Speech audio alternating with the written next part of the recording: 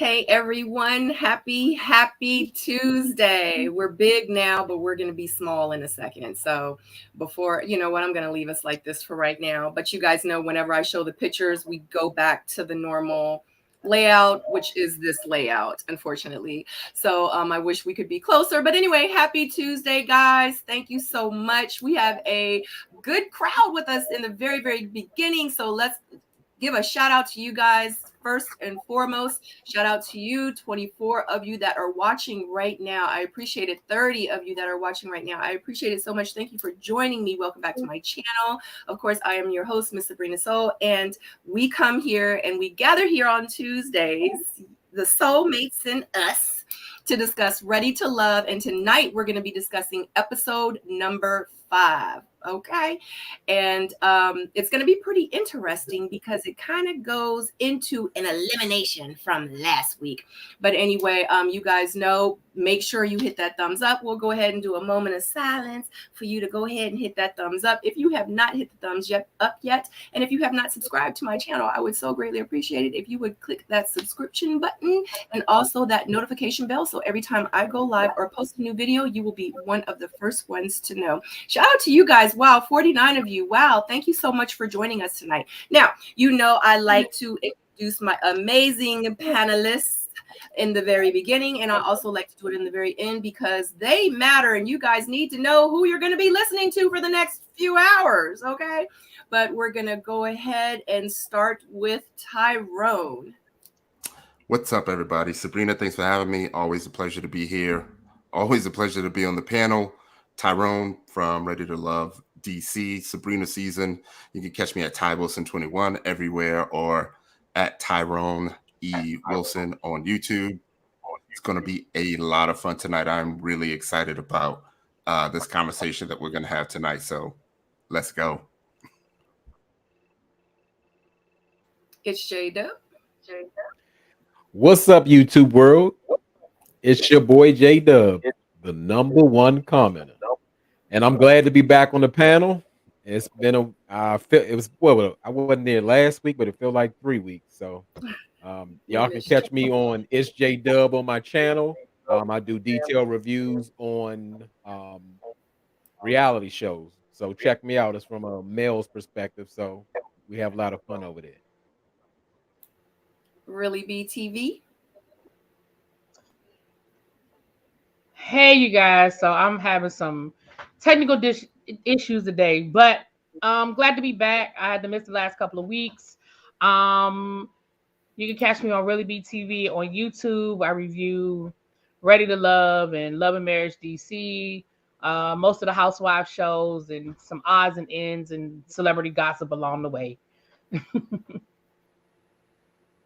P.O.? You're muted. Sorry, couldn't get. Yeah, I know. I was saying if I could get off mute. Hey guys, it's PO, Potomac season 6, 5-ish. I don't know, whatever one Potomac was. Yeah, I'm out here on Instagram at 100 sightings every day. Well, not every day, but some days. So I'm back. Yay.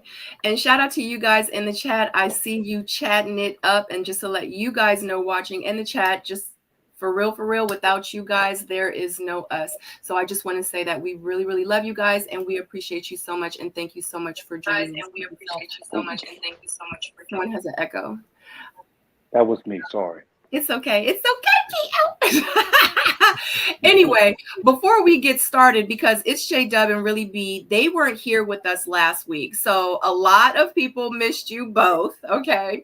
So before we move on to episode 5, can you let's start with It's J Dub. Can you let us know like your thoughts on just like really quick on how you're feeling about last week? Because before we get into episode 5, like with the cliffhanger and the stuff that they had going on, like how do you feel about the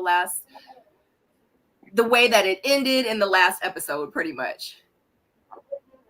Well, I guess I'll start from the beginning. I'm glad to see Corvée is gone. You know, her man is not on this show. She needs to be on Million Dollar Matchmaker. She needs a man who has built the business and sold the business. Maybe she's looking for like Jay-Z or Diddy or something like that. And as far as like the connections, it was more like drama. It was just like a lot of drama going on. And sometimes I don't understand what's going on with Morgan. And Morgan in real time and confessional Morgan is two different people. Confessional Morgan is always kind of in tune with what's going on with Tony. She's being cautious. She's watching what he's doing. And in real time, Morgan is just head over heels for this man. He's so smooth. He's husband material. And I'm I'm kind of glad this thing with Jeffrey and Blake is unraveling at this point, because I just need that to just stop, be solved and done with. And I'm finally seeing that Blake for who he really is. I mean, I saw it from the beginning, but he's been a fan favorite, maybe because of the looks or whatever. But I'm just thinking, like, I really don't see any true matches here, and I'm not sure if that's going to turn around. So we'll wait and see. Thank you. Really, B?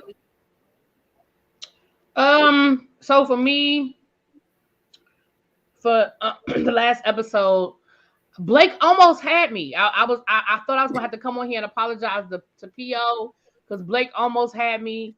I don't know how I feel about the Jeffrey situation. I'm side on her too. I do not like this whole get out of jail free card situation, because I think it's stupid. I don't understand how they expect this to be a unanimous. I just didn't like it. I didn't like the way it turned the guys against each other. We very seldom see that. We've seen the girls get real catty, but that, I think that's the worst we've seen the guys since I've been watching. And I just didn't like it because I don't see any purpose in it. If your person is off the show, then they off the show. You know, I just didn't understand it. Morgan, she said it was editing, but I don't know, girl.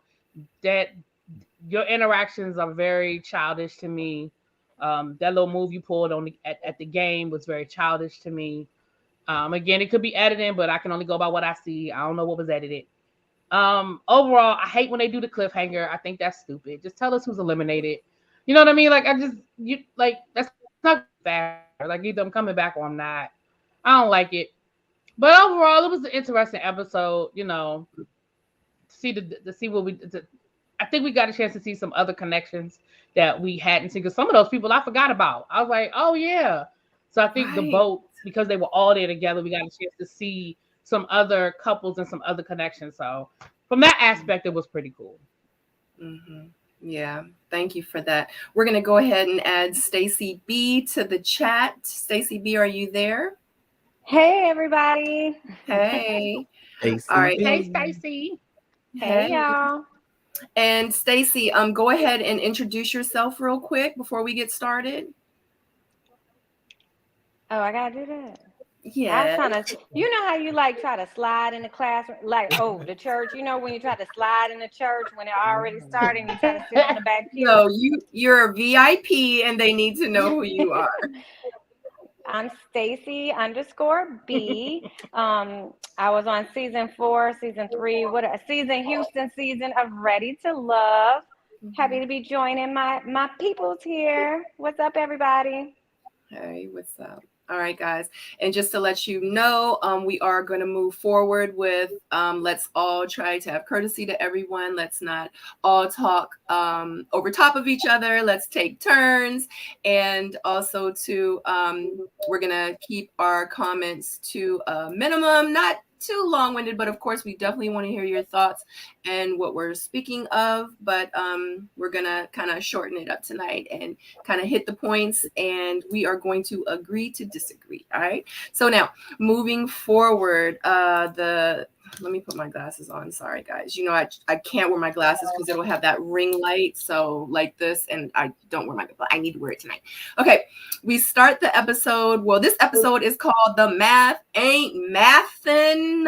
Okay, start the episode with a cliffhanger, and that was from last week, as you heard Really B say. And of course, we have Corvea, who is eliminated. Demario is actually in his feelings because he's like, dang, that was like one of my strongest connections. He's like, now I got to go out here and find another strong connection. You know what I'm saying? He said that he tried to use the lifeline, but one thing about the lifeline, it has to be unanimous. All the guys have to agree on this one person. And he said the men did not. So unfortunately, Corvea said that, you know, she's going to allow Demario to go through the process. And, you know, if he kind of feels like, or yeah, that she's meant for him, then he'll come on home. But she does want to give him that, you know, opportunity to go through it. But I think she really is feeling Demario. And, you know, hopefully, even though he's going through the process, he does reach out to her, because people don't understand, just because you get eliminated, like my phone still works. Like if we really had a strong connection, just because you get eliminated, it shouldn't stop, especially if the connection was real. So hopefully, you know, Demario does reach out and they really do find a connection. Just because the game eliminated you doesn't mean Corvea had to too, you know what I'm saying? Or he had to with Corvea. But anyway, your thoughts on Corvea's elimination. Did you guys think that it was going to be Corvea going home? I didn't. I was shocked. I knew it. I thought it could have been Marcia. I didn't. I thought is it Marcia? Yeah, I thought it was gonna be Marcia. Who did you think? I predicted that.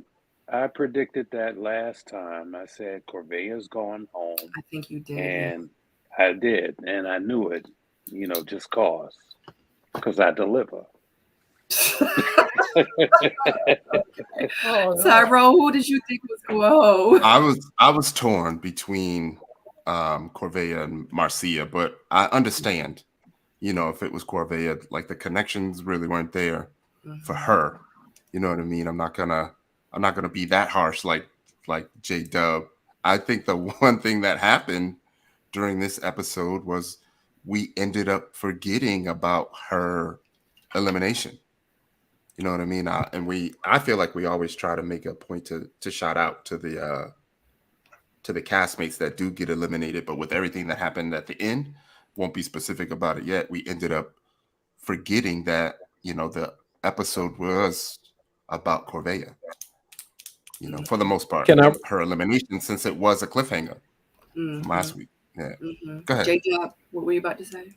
Yeah, I was going to respond to what Ty said. Can we stop being nice and be real? The people are here for our perspective. It's not here to be like, oh, I don't want to say this, or I don't want to come off, you know, like you're angry or irritated or whatever negative. Say what you want to say. Stop talking about, I want to be nice, I want to tiptoe. No, say whatever. You don't have to be mean, but say what's on your mind.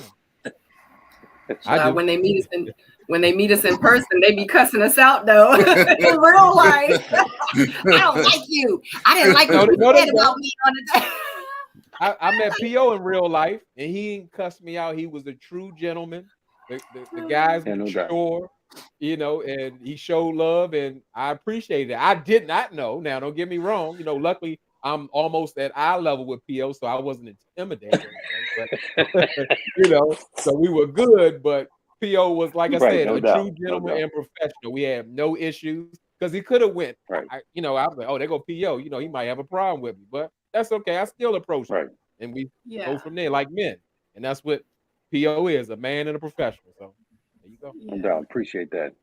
I love it. And that's how it should be, because we're just talking about the show. We're talking about what we see on the show. Like in real life, I don't know you in real life. So if I meet you, I'm going to say, oh my God, hey, like I enjoy watching you regardless if you were a villain, if you was a nice person, if you was a shy person, if you got eliminated the first, it doesn't matter.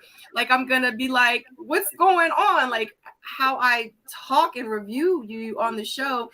I don't like if like you know how actors are like the person that murdered the 5 people, but then in this movie he was the angel that came back to life that saved the family, and then he had 12 kids. Like it's just we ain't gonna never forgive Danny Glover for what he did to Silly. Exactly. I don't care. Right. But they be taking it serious. Yeah. Nah. Oh yeah. Oh my God. Mhm. Stacy B, I'm sorry. How did you feel Okay. about Corbett? Well, okay, first of all, to be honest, I literally missed the cliffhanger because I stepped away real quickly to like run to the restroom. And when I came back, we were on to the next scene. So I totally forgot from the week before that this was a cliffhanger. And then I kind of figured out, oh, Corvée was missing. However, if we go back to the episode, right, there was nobody checking for her. Demario was fake checking for her only because he was in his feelings because he saw Jeffrey smooching on the lips, church kissing a member of the congregation. Like, come on now. So then he was grasping for somebody close. And like I said, they might say otherwise, but from what we can see on TV, you know, that was the second pick for him he pulled like something out of a hat and there she was. So, I mean, none of the other guys seemed too impressed with, the way she was speaking, about how she articulated herself. I think that turned a lot of them off. Um, so yeah, I wasn't surprised. I was with PO last week. Yeah, it was her. Yeah. That's a good point, Stacey. When he was fighting for the lifeline on the boat with the fellas, it makes me think, who was that fight for? Was he fighting for Jeffrey or was he fighting for Corvée? Oh, was he grandstanding and fighting for himself? His future on the show. Could be. Yeah. I think it was for Corvée because Jeffrey was out of his out of his off his radar or whatever. He was Mhm. done with her. So Corvée was his last lifeline.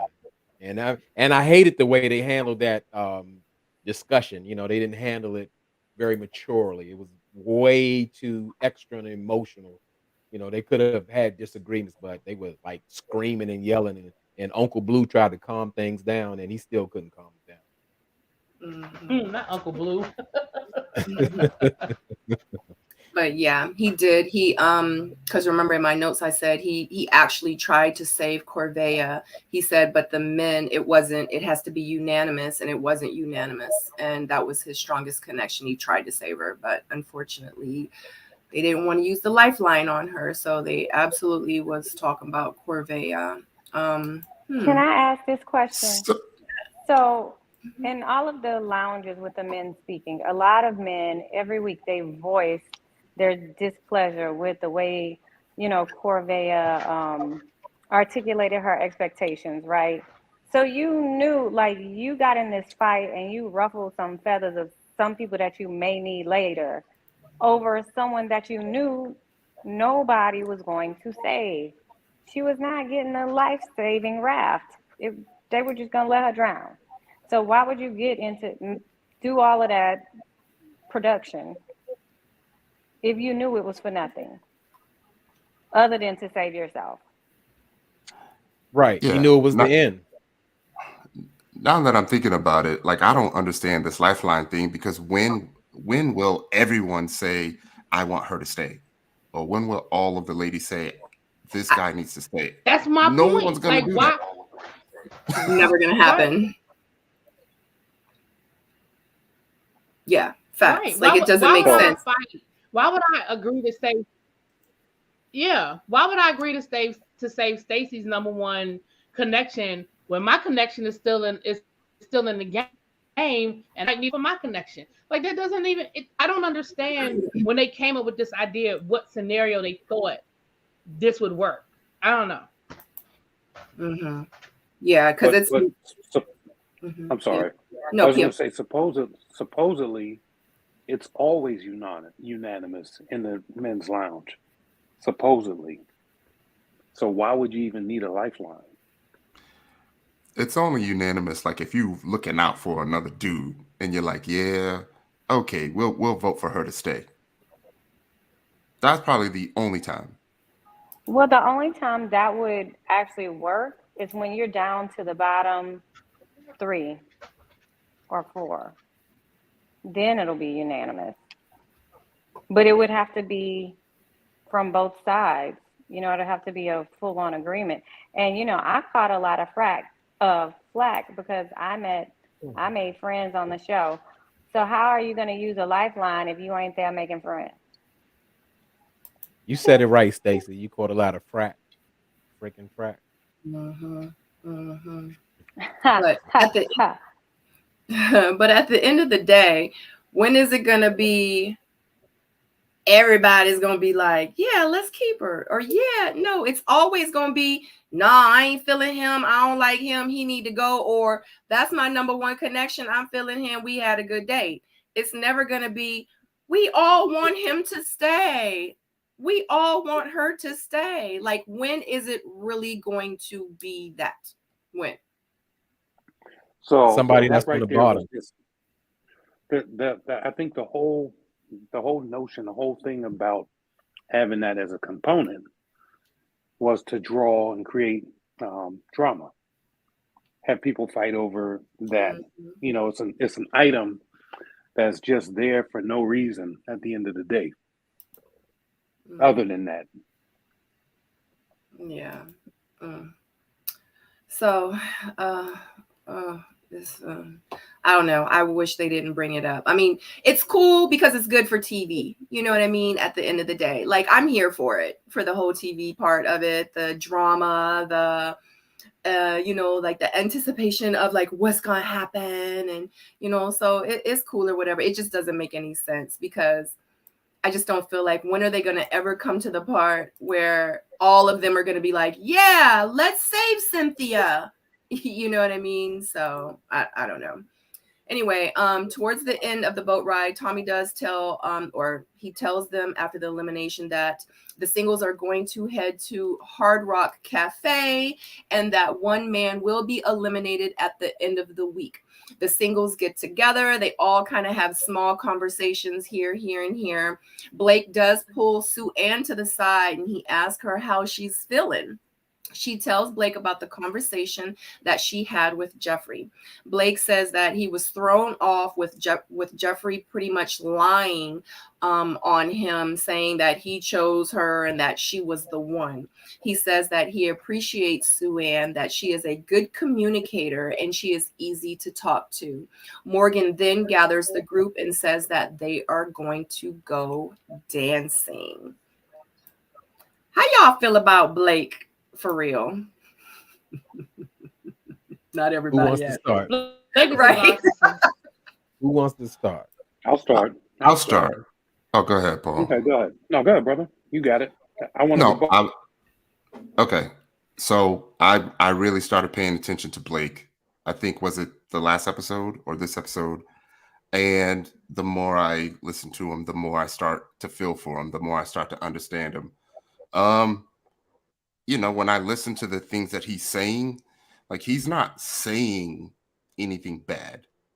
It's just, I think the women are just receiving him in a negative manner because he's not feeling them and he don't know how to fake it. Do you know what I mean? So that's what I'm getting. And he's just like, when he's in the dates, he don't know what to do. He don't know what to say because he doesn't like them. And it's almost as if he's just going through the motions, going to these dates so he don't get fined. Production asked me to be here, so I'm here.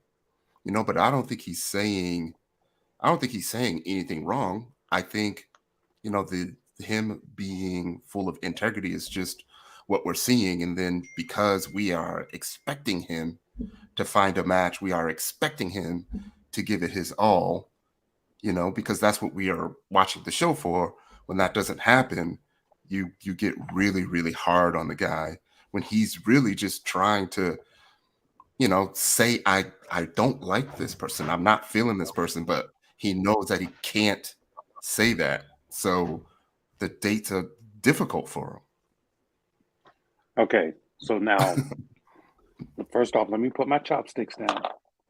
Now, I 50% agree with you on that, but I'll add another 50% to that and say this. Blake, all right, I've heard what Blake said. He said, I was an MP, military police officer, He held some positions in, basically positions of authority. So I think that when people are looking at him and saying that he's controlling or narcissistic or whatever, he's really just displaying that characteristic that a lot of police officers or law enforcement people have, where they're pretty, just straight up front, and they're going to tell you exactly what they want from you. And it's a posture that they have that may be coming across as bad communication on his end, right? Coupled with the other things of maybe he isn't feeling a lot of the people or whatever. So I think that whole combination is creating this whole persona that he's arrogant, he's awkward, and he's controlling. But in reality, I think it's just part of the personality that he's grown into, probably because of the type of work that he's done. Yeah, Blake was a CID agent, so he's pretty much oh, go ahead, Really B. Go ahead. You had your hand up. No, I mean, go ahead and finish your thought. So my question to so the perspective on Blake will change. My question to you and Paul is this: do you think that Jeffrey was lying about what she said Blake was doing to her? So I think that, and the reason why I think that's I'm sorry, go ahead. Go ahead. You want to go, or so I'll say this. I think that there was a little bit of extra sauce on that. He probably said some things, and he probably kept it real and was like, "Yo, you know what? I'm feeling you, blah blah blah." But that is a part of the process too, where you have a free range to communicate those feelings. And perhaps maybe she wasn't feeling him in that way, and said, okay, I'm going to just drop this bomb, and then, oh, by the way, I'm going to drag him a little bit along the way. I think Oh my God. Sorry. I think there's some things that he said, and then there was some things that she heard and felt, based off how she felt about him. What was that point I was going to say? I'll come back to it. Go ahead, Stacey. Okay. So the reason why I asked the question. I'm sorry. I think there's a delay. I think there's a delay in the sound. Yeah. Yeah, I apologize because I don't want to talk over anybody. But the reason why I asked that question is because I think people's interpretation, because I'm listening to what y'all are saying about Blake, and I'm like, so did they just totally throw out that whole situation with Jeffrey? And that's fair if y'all feel like Jeffrey's lying, and then that's fair that you would say, oh, well, I think that was embellished. For me, where I sit with Blake is I really think that Blake is a narcissist. And I know that word, you get it, but I'm looking at things that he's doing, and it's very subtle, but he's doing some very subtle things that create that environment of controlling. So, for example, when he went on the date with Sue, when they did the little jumping thing with those shoes, and he was like, I'm gonna call you Susu. And it was like, yeah, so when I call you by that name, that's our signal, and that means let's go. It sounded cute on a level, but it wasn't. That was a controlling tactic. And that's the thing that men do when it's like, oh, I'm gonna give you a nickname, not because I think you're cute, and I'm gonna give you a nickname, and that's gonna be my signal to you when it's time to go. Notice he didn't say, and you can call me blah blah blah, and we'll know what that means. No, it was, I'm gonna call you Susu, and that means it's time to go. And he little things like that. And even with him bringing that bracelet to Sue, that was very contrived. That was a very specific thing. It was contrived, and he wanted everybody in the room to know he did it because he pulled her away from a conversation with the bag, and he gave her the bracelet. Those are very controlling tactics. And so for me, I really think that this is who Blake is. Like, y'all are giving him passes, and that's cool. I can't tell nobody how to feel. But for me, that's how I'm seeing him. I get you, Really B, and I agree with y'all. Like, I feel like You know, I'm gonna show Sue that I'm gonna reward her for good behavior. And I want everybody to see that she's being rewarded for good behavior. Um, Although I have no problem with gifts myself. The other thing that I wanted to say was like, you can fool some of the people some of the time, but you can't fool them cameras all the time. And so I think what we're seeing is like some of his little traits and behaviors are being, you know, blown up in front of the camera. Also, what is this process? What are we talking about here? We're how many shows in? How many episodes in? If he is not willing to change by now, he's been getting a lot of feedback about how he's perceived by the women. And he is not making any changes. Yes, he's robotic. Okay, it makes sense his behavior because of his military police experience and his experience in security, etc. However, that's not translating to dating. You're here because you don't have a woman and you're trying to get one. So, what are you doing to change and grow? You're not taking feedback clearly. Somebody actually said in the comments that Blake is doing to Susu what he was trying to do with Jeffrey, but Jeffrey didn't fall for it, and Susu is. Okay. Come on, Ty. So Let me get in there. go ahead. Yeah, we got to take turns, Ty. Thank you. Y'all- So let me wrap this up real quick. Yes, I totally disagree with most what's going on. I called it from the beginning. I said that Blake was not a good guy, and in this group setting, there's a consensus that's saying, "Listen, he's combative, he's arrogant, he's off-putting." Um, and not only that, when he's given his feedback on more than one occasion, he says, "Hey, well, now what you just told me, I'm going to be even more combative." At this point, we just have to let all the ladies who love Blake just love him because, the man has shown who he is and continues to be. And the fact that I don't understand how people say that, well, we can take what Jeffrey says at face value, but when did it get proven that she wasn't telling the truth? Um, she said the man was controlling. He was trying to keep up tabs up on her, and he did something similar with Susu. And then that one time in any of their interactions, he said to Suan like, "Hey, I'm intentional about getting to know you, trying to learn you, be with you, spend time with you.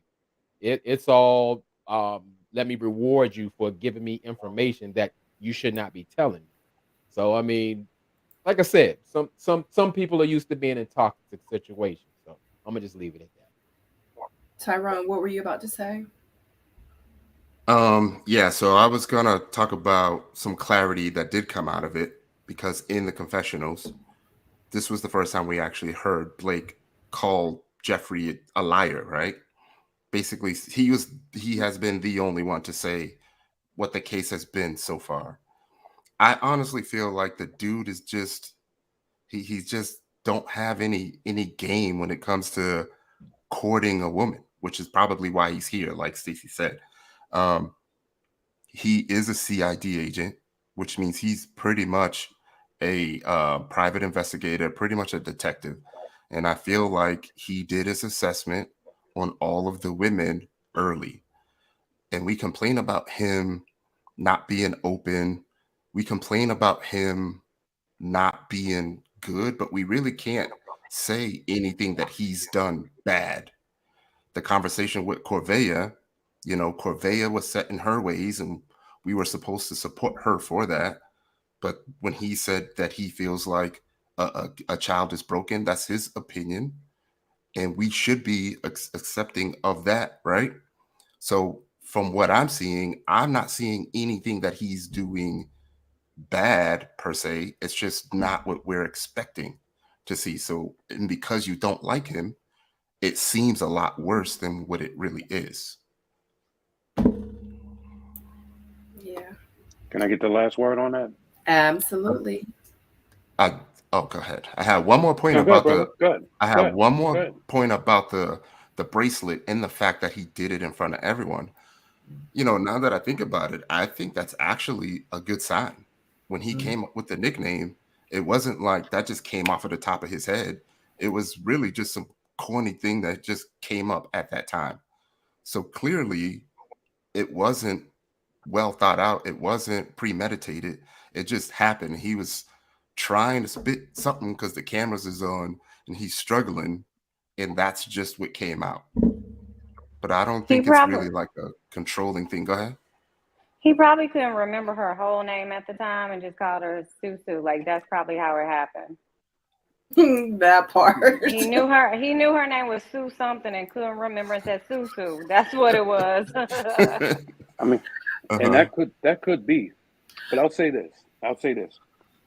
So when everybody says, they make these comments and they say, oh, he's just trying to hang in there to stay on the show and blah, blah, blah. You gotta look at the big picture. And when you see him around everybody but Sue-Ann, he is not spitting that pee. He is not trying to engage. He's not spitting no game. He's not exchanging pleasantries. He's just like, I don't want to be here for you. Like, next date. He's giving that whole energy. So why, if he wants to just be there to keep it moving, why would he not be, running that game on these other ladies?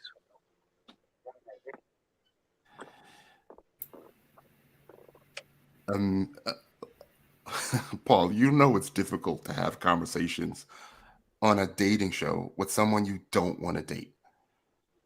Yeah. We've seen the women struggle with it. We've seen the women struggle sitting next to Dre, struggle sitting next to Lyndon. We don't say anything bad about them. We don't say that they're being condescending and all about themselves. So we got to look at it both ways. He's just getting a lot of airtime, and it's just looking really bad. Well, like I said, brother, I feel like if he wanted to make this last, you have to give some sort of effort. And after each date, he says, I wasn't interested. He's saying that. I don't see anything wrong with that. It wasn't a good thing. Why are you putting me on this? There's nothing wrong. There's nothing wrong with that. But what I'm saying is that he is not buying into the game or the gaming aspect of this show. So there's a connection thing, and then there's a game piece to this. He's not trying to stay in the game. He's just trying to, continue doing what he's doing with Sue. That's it. The end.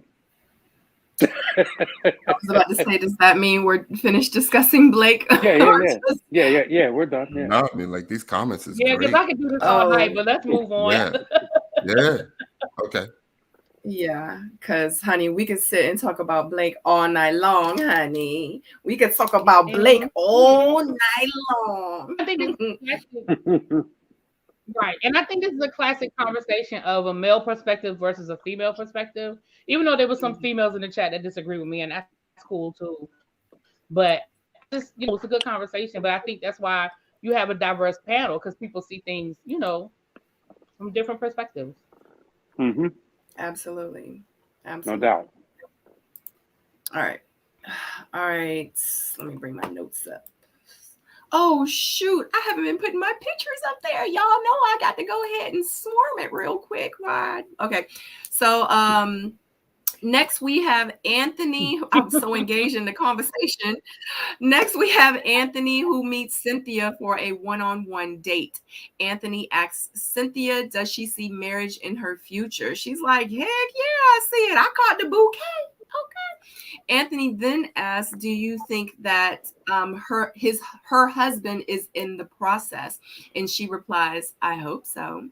She says that she is ready and she doesn't want to go through life by herself.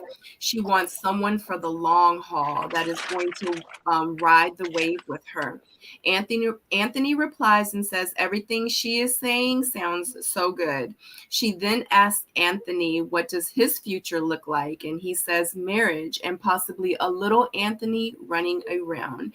At the end of the date, Cynthia states that she's like, I know like everybody gonna say like I like everybody. And you know, she said, but Anthony is different.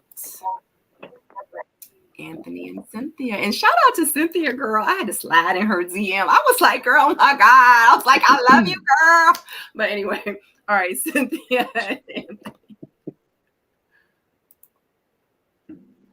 I like Cynthia. I think outside she's of that, very intentional.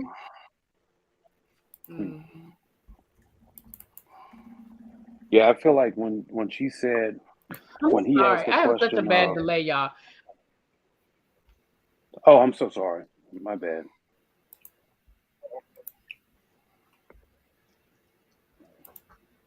Oh, Really be? okay.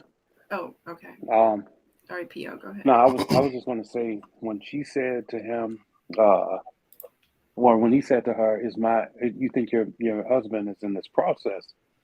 And she said, maybe or whatever, hope so. To me, that was a soft no. That was a soft no, and I feel like Oh. you know, yeah, it just felt like a soft no, and it just seemed to me like I don't know. I just don't really. I haven't seen anything where she was solidly connecting on any level with anybody. So I'm kind of you know, well, damn, I'm kind of. I mean, Paul, she I can't took just that. give up.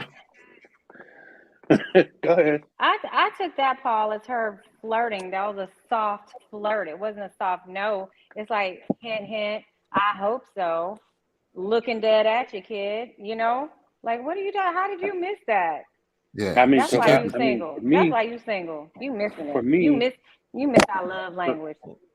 nah, for me, I mean, I'm direct. I'm like the direct communication. So if he's sitting across from her and he says that, or she says that, why not say, well, maybe I'm looking at him, or I hope I'm looking at him, or something like that, and not leave this, this area of me having to interpret that.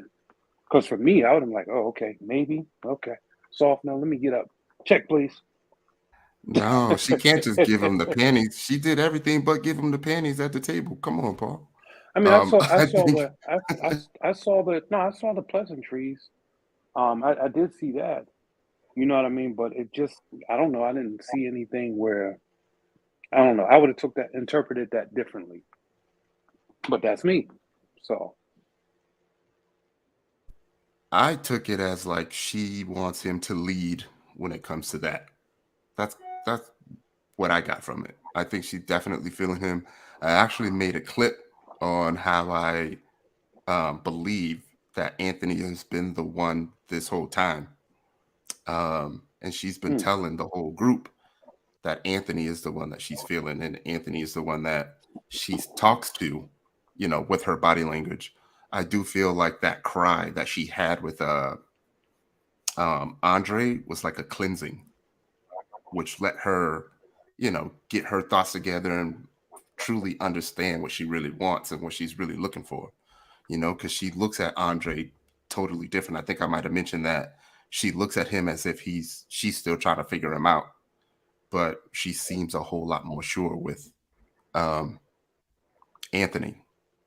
And Yeah, we well, saw the watch I'm at sorry. this date too, so I got excited about And, that. Well, and I I don't just know wanted to be how. clear. I'm sorry. I just wanted to say one thing. I just wanted to be clear. I don't think that she's a bad person. I don't think that she's misrepresenting herself. I don't think that she's, being fake or phony. It's just that, I'm not seeing those connections, that solid, line in the sand uh, brewing. I mean, maybe there's still a little bit left to go, but I don't know.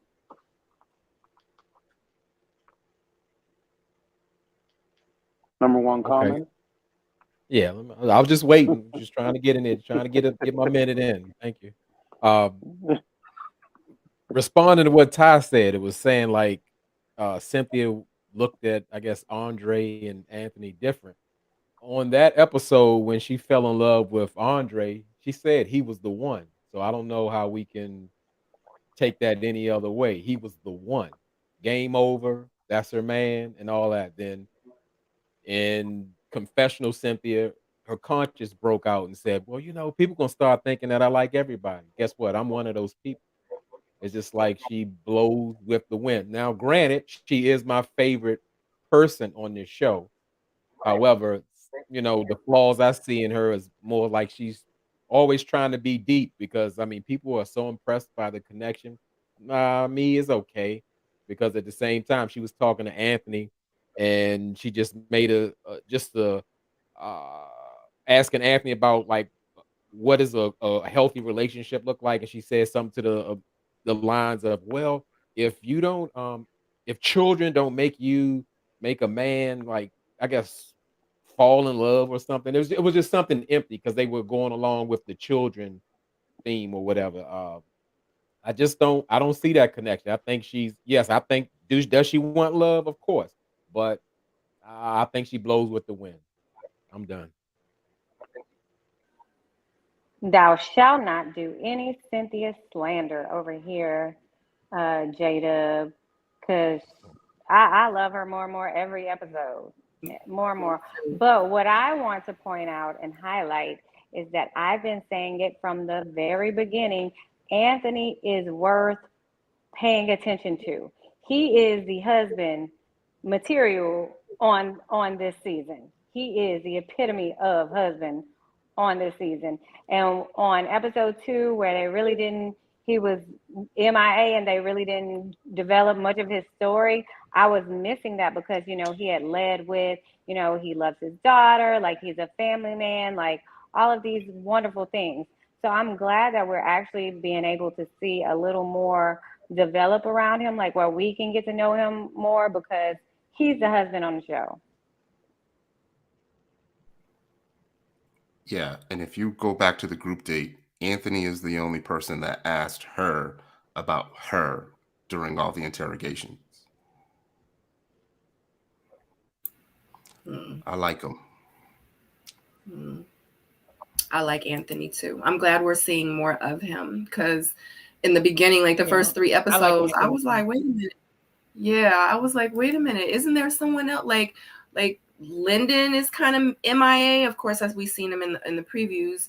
Mercedes, like it's just so many people and maybe the reason that they didn't show him so much in the beginning episodes, maybe because they're going to be in the end, towards the end, because yeah, like they just was MIA. I know for me, I think I was MIA for like 2 episodes, like episode 3 and 4. I was like, where I go? I was like, what they gonna do? So, but whatever. Does anyone have anything else to say about Cynthia and Anthony? I left you a note in the private chat. I'll leave it up to you.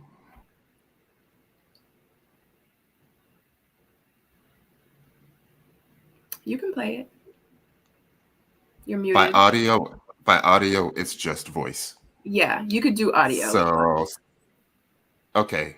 So basically, it's less than a minute, but I found this clip from the date that I created, and what I did was, it's just audio of the fellas asking Cynthia. Anyone else around here is your type? Oh, wow. We all have different styles over here, so I don't want you to say everyone. Hold on. I will. Huh? Try to It's do only it. it's only voice. So no, it was footage. No sound effect. No, you can see it. Yeah, okay. you can. Okay. Everyone you is can my see type. it. See? Okay. I don't have. Let me tell you. I don't believe that. I don't believe that. Oh no, tag.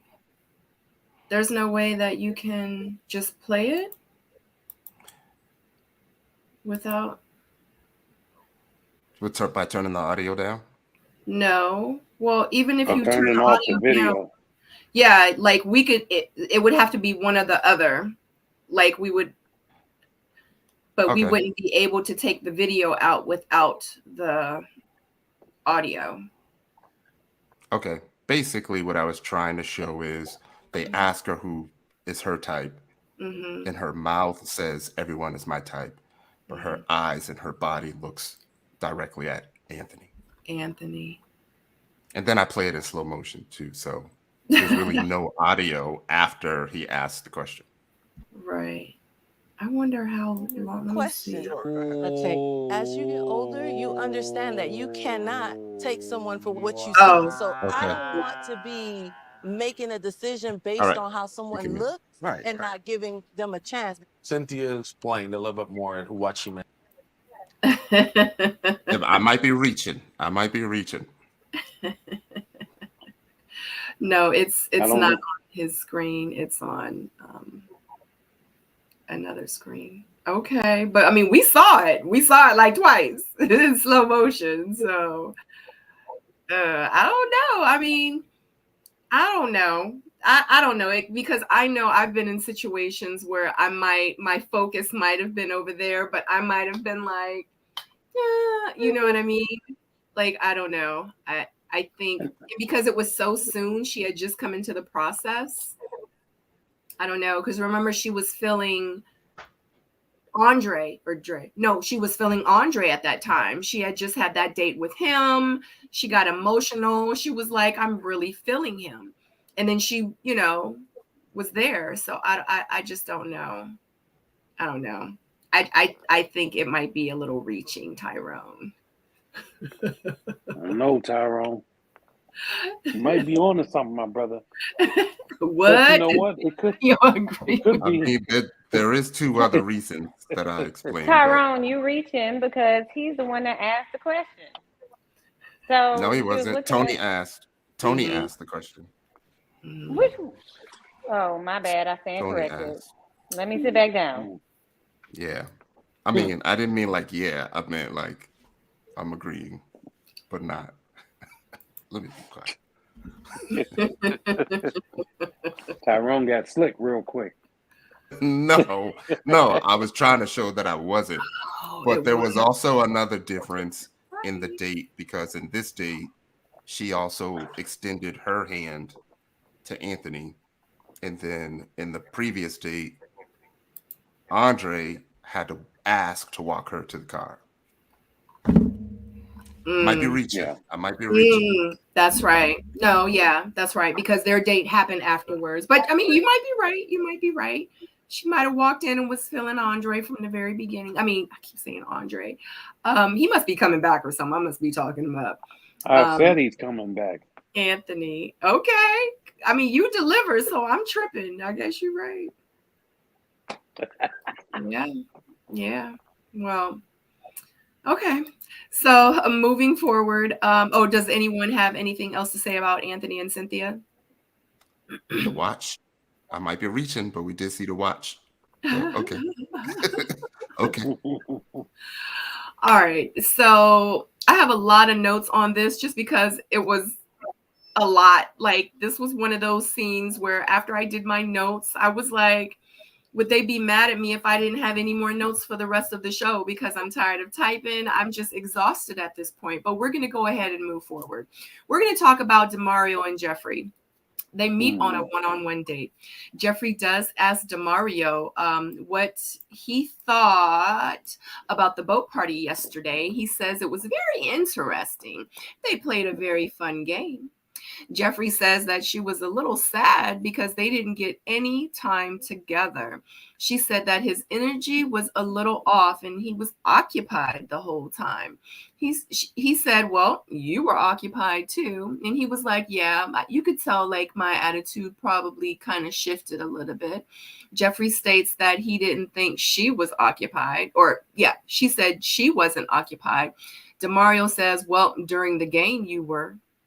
Jeffrey says, well, I was by myself over there the whole time while the game was going on. And Demario says, nah, you know what I'm talking about. He says, you shared a kiss with Mark Anthony. And He says pretty much now, like it was hard for him or whatever. Jeffrey says that it was concerning for her that DeMario was Dr. Jekyll and Mr. Hyde.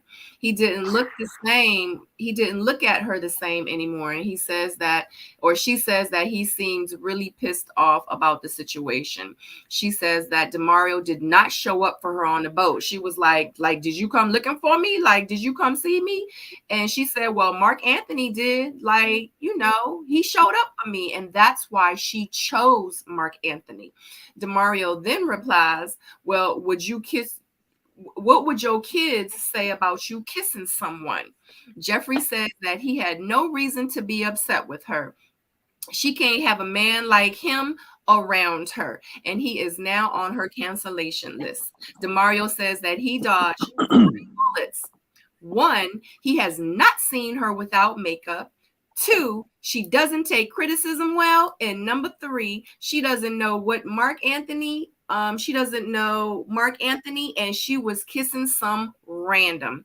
He said he saw what he saw, and he is moving according to what he saw. The end. I have no more notes after that. No, I'm just joking. So, who want to go first? Let me get mine in before y'all start. Okay, right, go ahead, brother. Go ahead.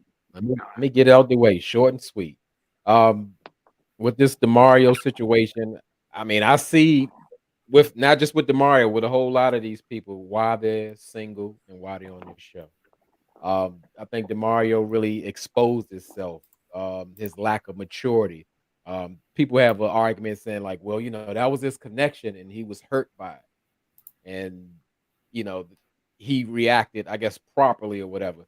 Going in this situation, it's not a normal situation. It's a group setting and you're supposed to try to make connections throughout, all the cast members.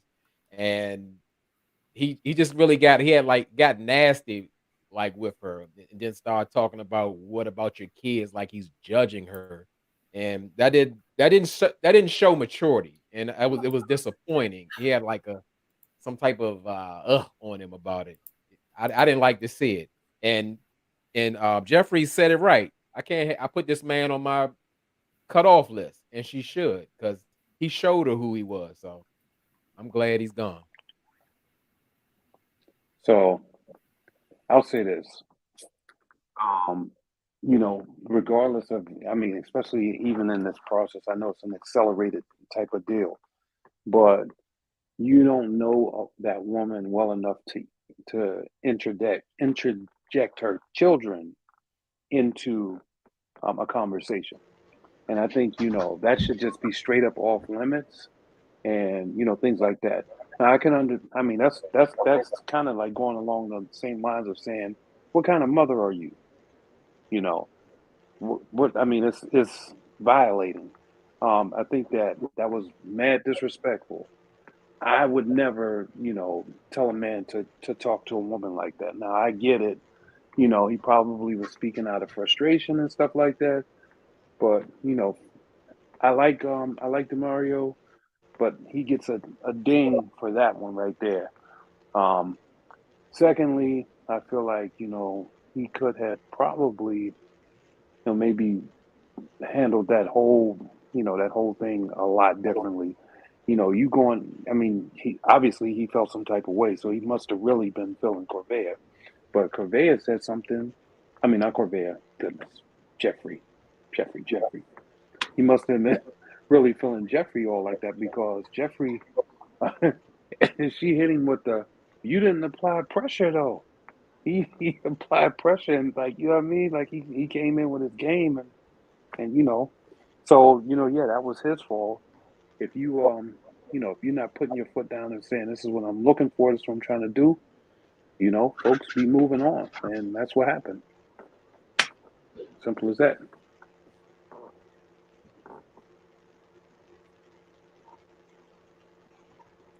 Next. Does anybody have Stacy really be?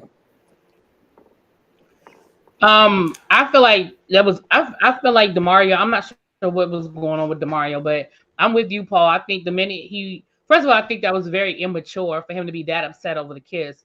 But when he brought her children into it, Yeah, I don't know. She handled it a lot better. I don't even have kids, and she handled it better than I would have. I don't know. She Because handled it a lot better. I agree with you, Paul. That was like almost like, are you, you know, like what kind of mother are you? Like, you know what I mean? Like I would have probably handled that. They might have had to edit that out because I probably would have cussed them out. Because I do feel like that was crossing the line. I didn't even understand why he was even going there. Like it was almost like he, like you would, the way he was acting, you would think that she laid down on the man in the middle of the floor and humped on him or something. Like it was a kiss, bruh. Like chill out. It's a game. You know, I just didn't understand his extreme reaction. Like I just didn't understand that. And when he brought up the kids, it was a lot. It was a lot. So yeah, I was ready for him to go after that. Like I was done then. I was like, he can go.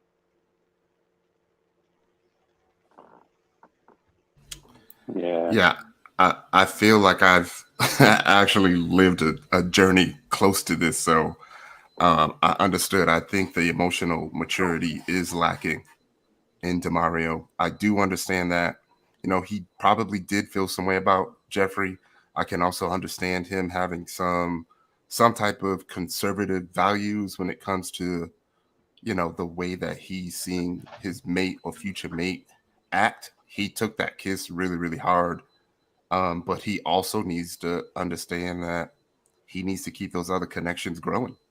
I was with him until he started explaining it, and I lost him after that. It made me think he's probably never seen the show. It also made me think that you know, in this environment, he is just not going to do well, which is why I actually like the group settings in the boat, because they can't run. People are going to show you who they are. They're going to show you who they like and who they don't like. I actually feel like they should do that like the second episode. When he mentioned the kids, I was done with him. I just felt like there's really nothing else to show after he mentioned the kids. Agreed. When it came to when he came to the confessionals, I felt like that was an opportunity for him to clear his name, but he actually just made it worse. She called him out by not talking to her on the boat. So, you know, that was the point of the show. The math ain't mathin'. Like, how can you're not even talking to anyone, but you still expect them, you know, to show some type of loyalty to you. Meanwhile, you know, you're hurt about Corvea leaving. And then the third thing is, if he ain't never seen her without makeup, that means there's a level of intimacy that ain't never been there. So she don't owe him nothing if that's the case. The only reason he should be mad is if they had a conversation and she let him know that he was the one, and then they kissed, and then she didn't deny the kiss because she could have. That would have made sense, but since none of that took place, you know, after he mentioned the kids, you know, he needed to go anyway, just for not knowing that you don't mention nobody kids ever. I agree, Ty. Like I was rocking with DeMario, you know, through this, and the only thing that I disagree with you about was the fact that you you assert that he was still upset about Corvea leaving, but that ain't it, because his main person who he's hurt behind was Jeffrey, kissing Jeffrey. But what it sounds like to me, like what really got me, I'm a woman with kids, right? I know you don't bring nobody kids up. You don't play behind mine. But it also struck me as 19, if you take the kiss, how minuscule of an issue it was. If you take the kiss, if you also take the comment that he's saying about what would your kids think. To me, I'm from the South. That's what people say to try to control us sometimes. What would your family think? What would your friends think if you do this? That is like, y'all have listed all the ways that Blake showed that he was controlling. This was the number one way that DeMario showed me he is as well. Like, it rubbed me all kinds of wrong, and I wanted to pack my bags and go for the hills. Actually, I wanted to go and tell my kids what he said so he can call on behalf of all the kids in the world and say, don't be talking about us when you talking to our mamas. Mm-hmm. Well, let me say this one piece to that, because I also there's variance to this, right? And so I feel like they the only way that I probably wouldn't really feel like what he said wasn't wrong is if they somehow caught part of a conversation where she might have called him a, something, something, something, something. And he said, I mean, is that how you talk to people? Like, how would your kids feel if you said that to them? Or whatever, that type of statement. And they edited that in and chopped it in. But the way it came off, it would seem like it was just straight up. But they have their ways of doing their little things. So, I mean, but if it happened just like how we saw it, yeah, come on, bruh. You can't be doing that. Yeah. Paul, my one disagreement is, I'm sorry, Sabrina. Nope, you're fine. My one disagreement with you, Paul, is that even if it didn't happen the way we saw it, he said what he said. You can't excuse that foolishness at all. Like I understand. the I lack understand. I of understand that. the lack of not just emotional maturity, but just maturity in general that he showed. He's not composed. He has a lack of control over himself and his reactions. He purports small things when they're really not such a big deal. Things that's happening before your face, you're purporting it like it's this huge, immense shocker. And again, I forgot which one of y'all said it a few moments ago, like, you want loyalty and praise from people that you're not willing to do the same for. That's ridiculous to me. Like I said, I liked him. He was one of my favorites, but the emotional immaturity, just everything, I'm over him. Listen, I am not saying that I'm in agreement with any of that. What I'm saying is if they tied some sort of awkward moment or some part of a conversation in there to stitch that in for us to hear it raw like that, then that would be an issue, right? But as it stands, as the way that I heard it, I don't agree with it at all. Period.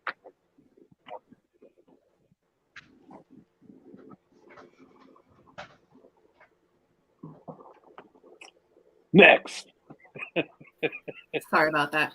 I was just actually typing in the chat. It is only, it was 79 when I put it up there. Yeah, it's only 71 thumbs up. Just want to take a quick pause because I want to say it is 217 of you watching us right now. Shout out to you guys. Thank you so much for joining.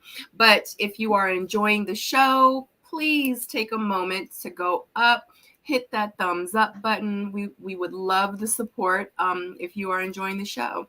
If not, doesn't matter. Just keep watching and, make sure you also follow us on social media. Shout out to Another Round. She has been in the chat and she has been putting the links up in the chat with our social media. So shout out to Another Round. If you guys don't know who Jay from Another Round is, she actually does commentary on her YouTube channel and she is also on Instagram. Make sure you follow and support Another Round as well. Thank you, girl, for putting our social media up there so you guys can follow us and support.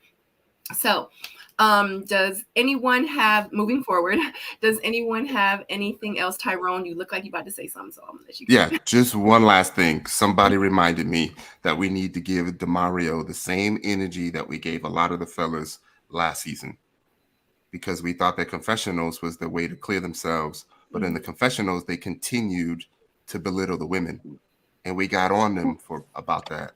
So we need to give DeMario that same energy about continuing to belittle the women on the way out. That's not a good look, bro. Oh, he gets that energy from me. Oh, he got it. He got all the smoke. I'm not sure because, I don't know. I mean, I feel like we kind of given it to. I feel like the chat is really going in on tomorrow. I feel like we don't have to because the chat is wearing him up. Well, right, but okay. Look how petty the whole makeup comment was. Like these women are on a show in front of a national audience. The hell you talking about? You ain't seen somebody without makeup. What? What? I mean, Are he's you got crazy? a valid point there. You can see somebody without makeup when you're in their private quarters, but which you haven't been invited to. Clearly, I can see if it was like, oh well, she wears an excessive amount of makeup for my taste. If he can, but he felt rejected, and he was trying to find any little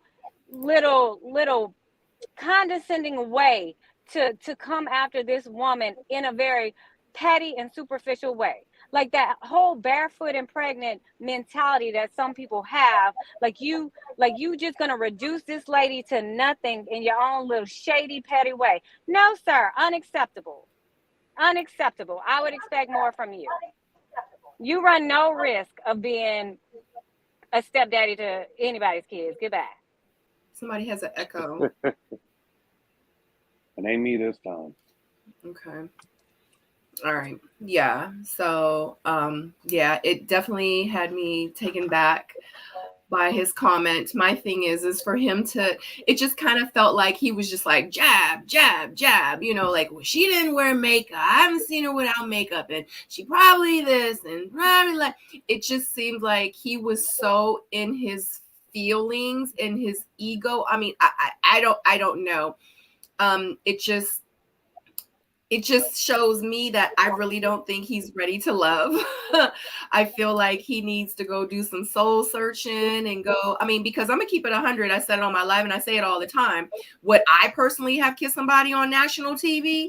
No, I wouldn't have done it. You know, if anything, I would have given them like a peck on the cheek or whatever, but to just be kissing somebody on the mouth, y'all know, and the people, my followers, my loyals know, I'm not going to kiss nobody on the mouth because I don't know where, like, what was you doing last night? Like, I'm just not going to do that. That's just me. That's just me. I don't knock nobody else. You know what I'm saying? Because I know on our season, people was dating me and they was smashing the night before somebody else. And I know this is for fact.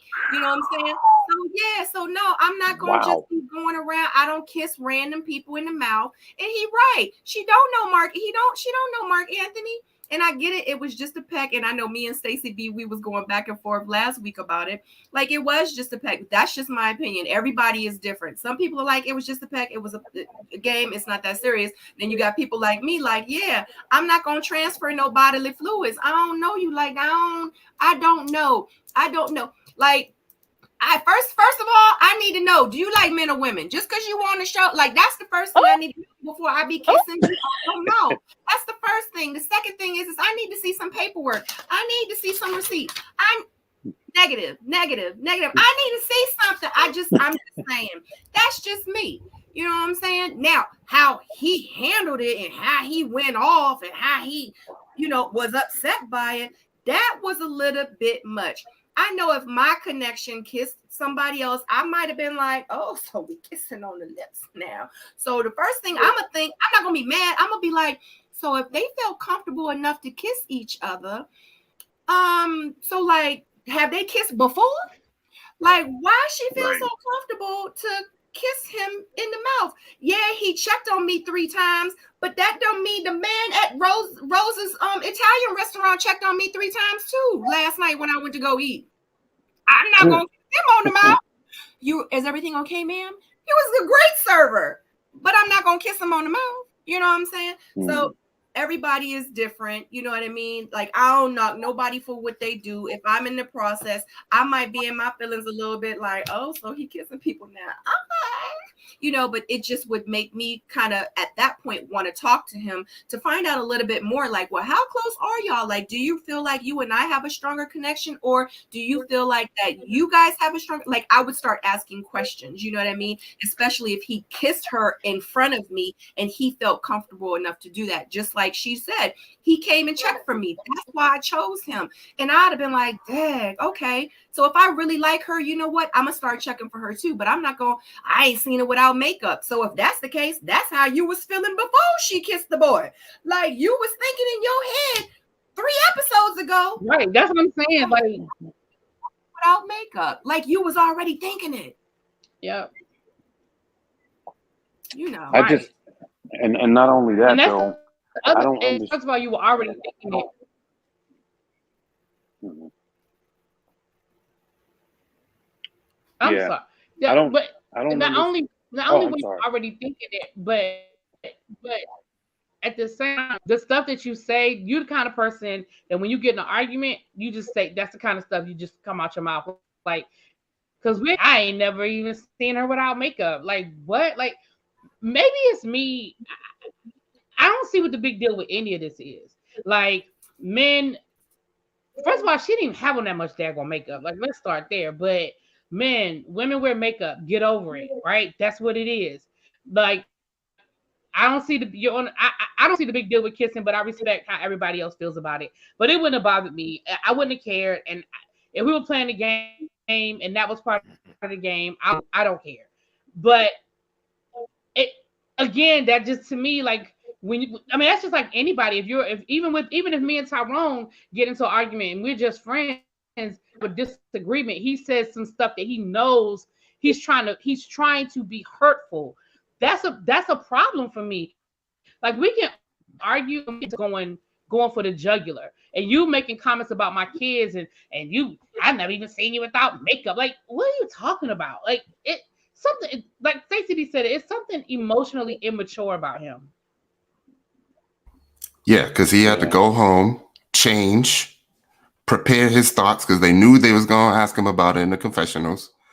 Came back to talk about it and discuss it, and still had that to say. Yeah, he's still Mhm. It's not good. he's still sucking his thumb and kicking his feet real hard at the principal's desk like a child. That's what he's doing, like a doggone child. Somebody give him a sippy cup. He was like, I can't wait. I can't wait. I'm gonna say something about her in the makeup. I'm gonna get her good. Yeah, she gonna feel me. She gonna feel this. Cause I'm hurt and I'm upset. Honey, I was like, oh my God, what is he gonna say next? So Can I say something? I just want to address the whole entire everybody, the crowd, the audience, and the panel. And I'll say this about men. When we go on to Ready to Love, the men are not going there looking for love. Like, I haven't seen any man that said, "Oh, I'm broken and I have to go here. I want to look for love." Yeah, I haven't seen that. But what you do find is you find men getting into this process and they're starting to learn either about themselves or about the other women, and that allows them to open up. But, just walking right in a room, these guys aren't like filling out papers because they had difficulty in the streets trying to find love. It's just an opportunity to do it a little bit differently. And at the end of the day, like I said, a lot of people just go in there and then they open up later on. So if you're saying, like Blake or Demario or whoever ain't there looking for love, no one came there for that. From the men's side, I'll say that. Am I right or wrong, Tyrone?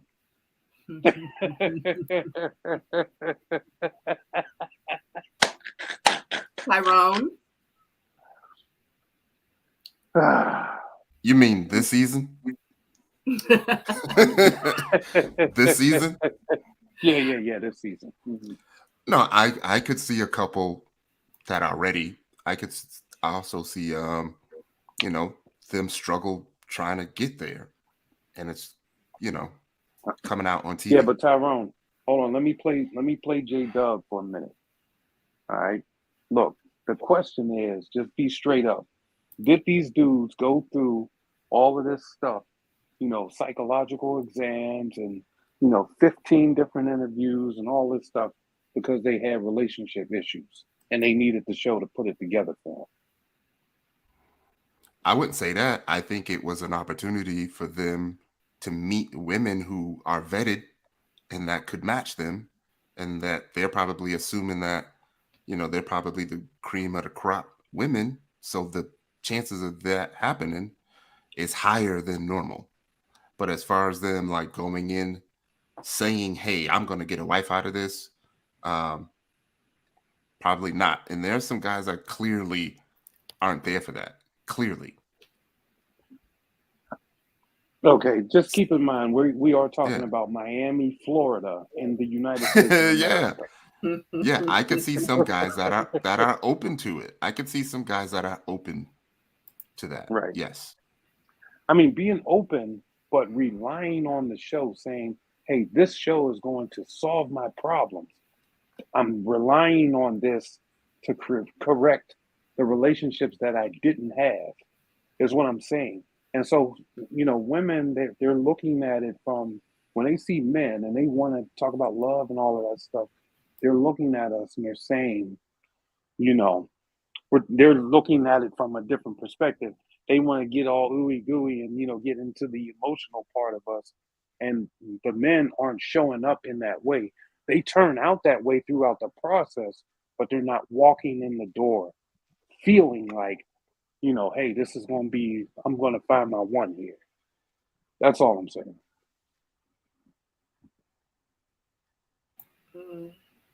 Next subject. Yeah, I was going to say, does anyone have anything else to say about Demario and Jeffrey? All right. Oh, Lord. Next, we have a group date with Marcia, Jeffrey, Blue, and Blake. Everyone seems to be so relaxed on the date during the vibrations, but Blake did not. He says the vibrations were really, really loud. He says it was weird and it was uncomfortable. Marcia brings up the tension between Jeffrey and Blake. Blake says that it ain't even worth addressing. Jeffrey says that, oh, I'm fine. Like, I'm good. He was the one with the concerns. Blake says that he is not going to give Jeffrey the sword to use against him. The group does do artwork, and Blake shows his, which is has a bunch of timepieces and luxury scenes. He talks about how time is the most important commodity and it should be taken advantage of in order to achieve the luxury things and things that you enjoy in life. Jeffrey responds to his art and says that she notices everything is materialistic. Blake responds by saying that she missed the whole concept. Jeffrey responds that it's another wasted time with Blake. Blue talks about his artwork and Marcia likes it, and Jeffrey is very impressed. She wants to leave that pathway open with Blue to see where it goes. They're on the same level. They have the same mindset. So she's very interested in seeing where it goes. And Blue is also interested in seeing where something could go with Jeffrey. Blake and Jeffrey both agree that they will move on. Thoughts? Let me get in here for they take over. Let me get in here real quick. Let me get my minute in. 1 minute, 60 seconds. With this scene, I really thought that production was just trying to stir up some drama. I didn't even see why these four people were sitting in front of each other. It was just like such a negative web effect. So we talking about, of course, we know Jeffrey and Blake has the ongoing beef about he said, she said, and who wants who and all that going on. Then we even have the situation with Marcia and Blue where they had that disaster date, but I don't think Marcia sees it that way. She pretty much dismissed Blue's children. She dislikes every single thing that he likes, but still feels like there is a possibility.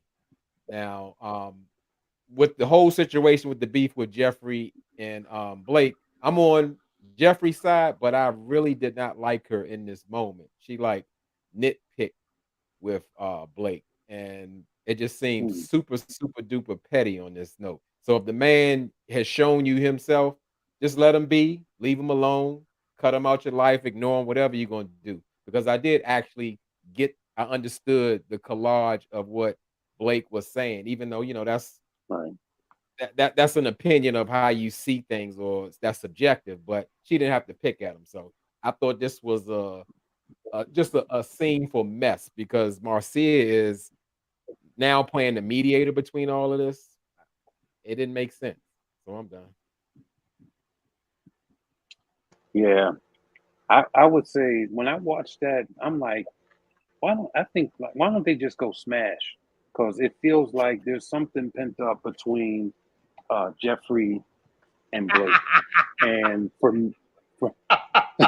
and for me, I, I feel like they probably had something, initially, because now let's just walk backwards.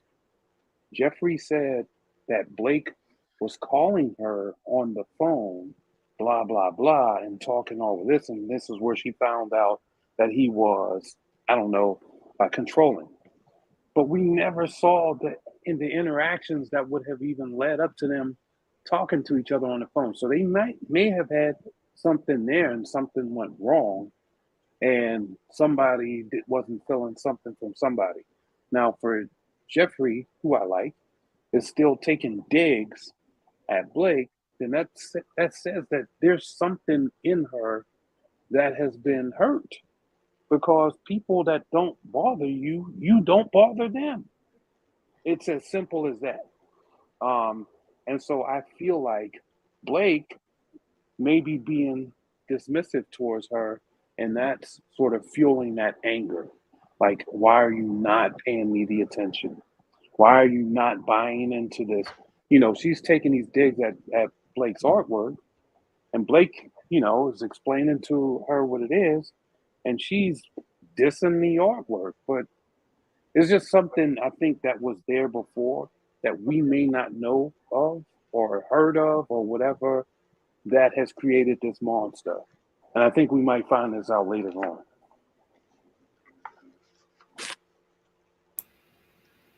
Tyrone. Whew.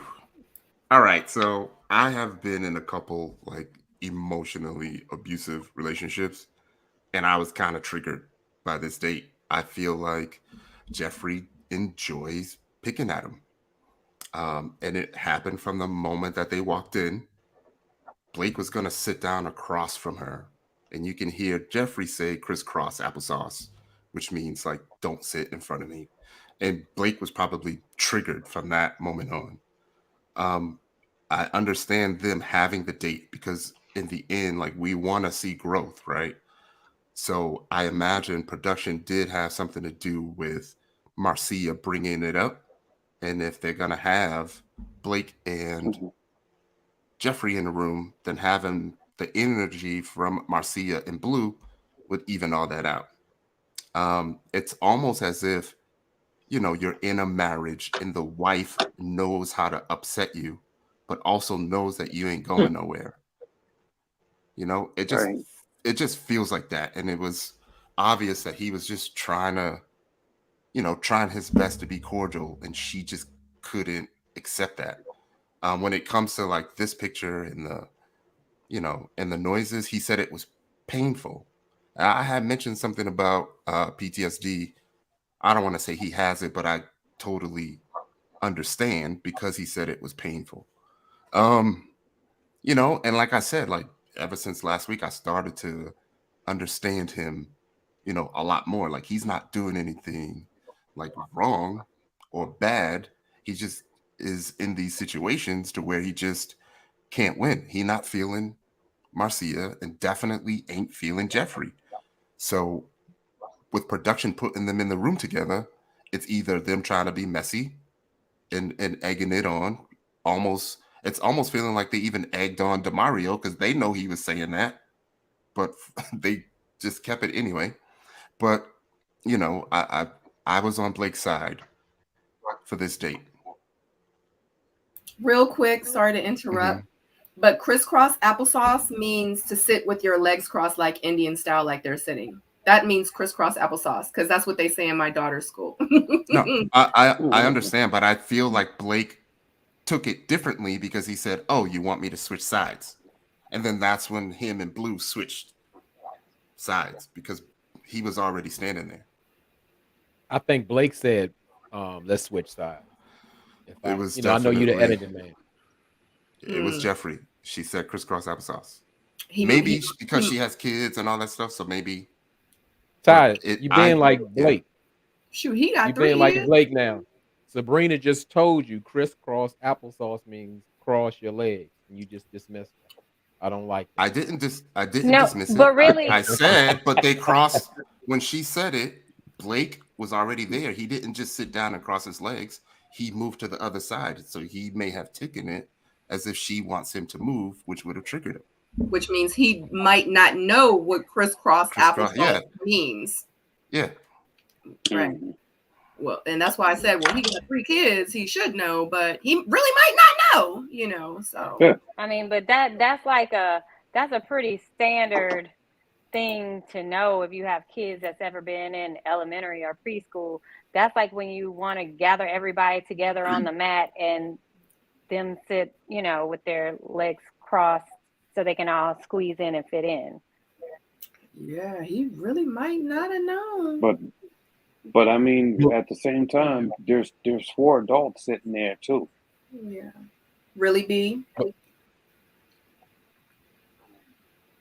Finish, Paul. Go ahead, finish. No, I was just saying there's 4 adults sitting there, so why are we talking like kids? It's, you know, again, let's just say what it is.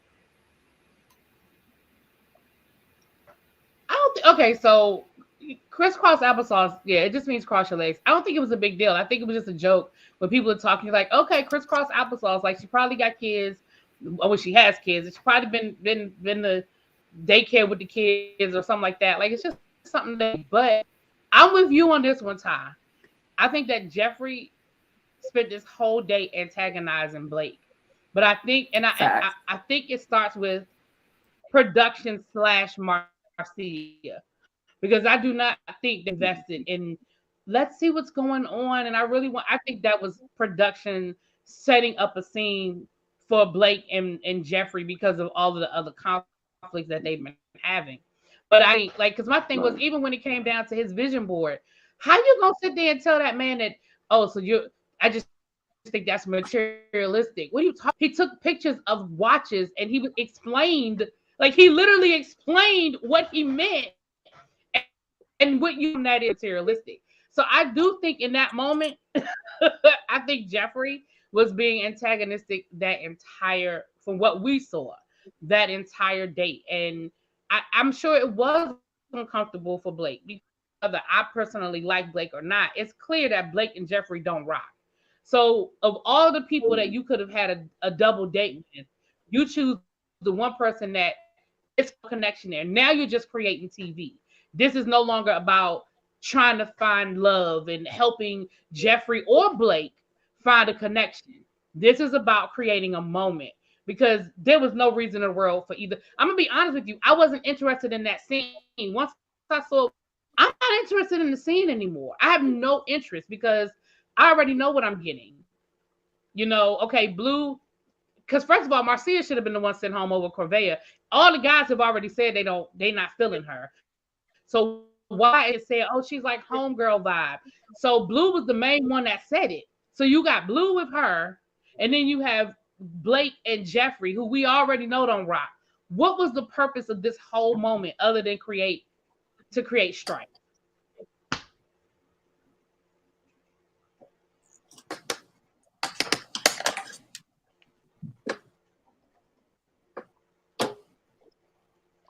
That's true.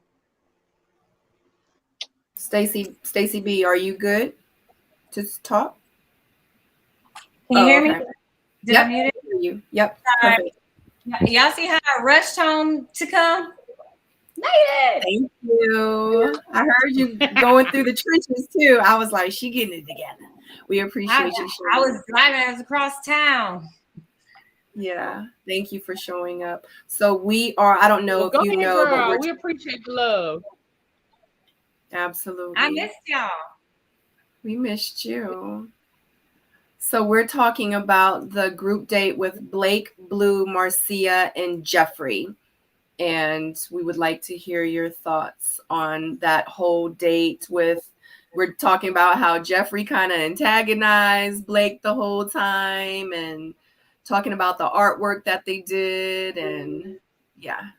She was most definitely antagonizing him. Like, there's no other word to say it. Like, if he would have said, oh, this is a artwork of of the tree because I love Mother Nature and all that comes from it, she would have had some crazy foolishness to say. And I feel like she was being very immature.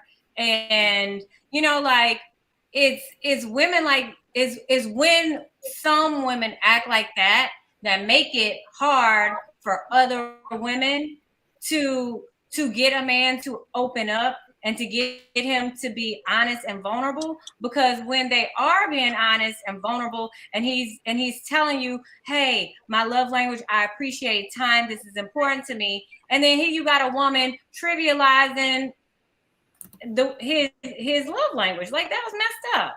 I don't care how what you said he said and what you said he did. Like, no, we're adults. Like you can move on. It's time to let the shenanigans go and move on. I think she liked Blake in real life.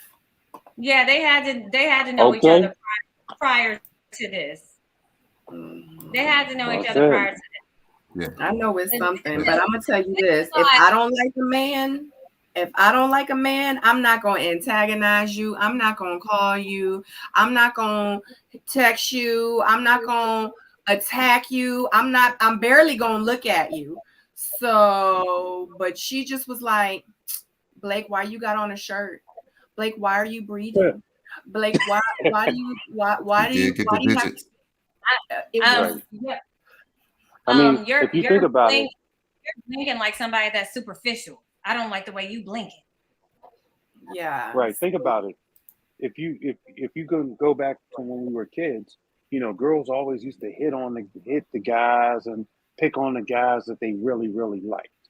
You know what I mean? It's like that same, or the guys would, you know, mess with the girls and always pick on the girls that they really liked or that they were crushing on or whatever. It's too much energy that she's giving him for no reason. Like, you know, it should be like, you know, Blake, you're dead to me.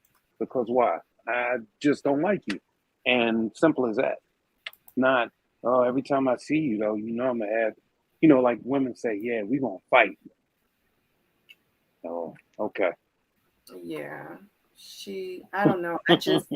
It just like really B said, as soon as they walked in the door and I saw all of them, well, screw it. When I saw Jeffrey and Blake, I was like, yeah, can I fast forward this part? I don't want to. Like, I'm just done. Like, and then someone said in the comments, like, how many scenes and dates did we not see?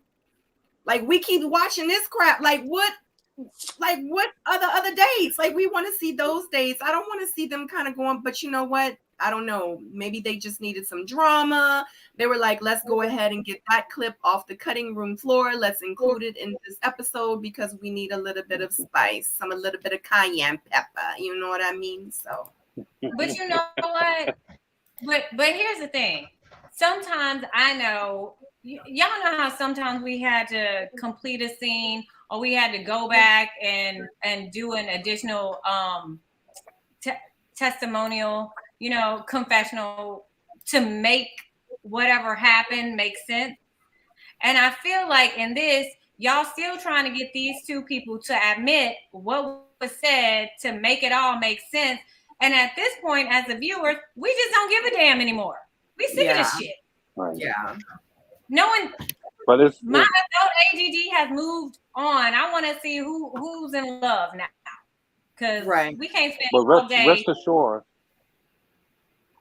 Rest assured that they're going to clear that up next episode, guaranteed.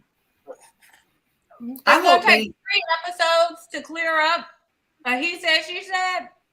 I hope not. Dear God, I don't even want to see it. And we're like, let's just move on. Like, let's look at Lyndon and Mercedes and let's figure out what Morgan and Tony got going on. Like, what's going on with Anthony and Cynthia? Like, I'm trying to see what's going on. Like, I don't want to see Jeffrey and Blake no more. Like, it is like someone said, it's given like they in the 7th grade now. And I appreciate Blake when he was like, you know what? It ain't nothing to address.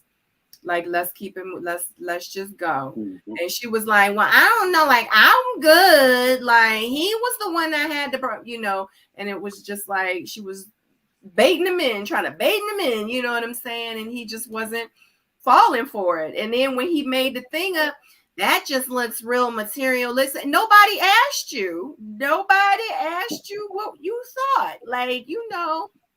So if it was me, if it was me, I would have just been like, I would have thought it to myself, like, that's real material, or whatever it was. If it was negative, or like, I feel like if I didn't have nothing nice to say, I wasn't gonna say it. And if I don't like you, I'm probably not gonna have nothing nice to say. So why say anything at all? But like someone said in the comments, I'm sorry guys, you know I be putting your comments up there.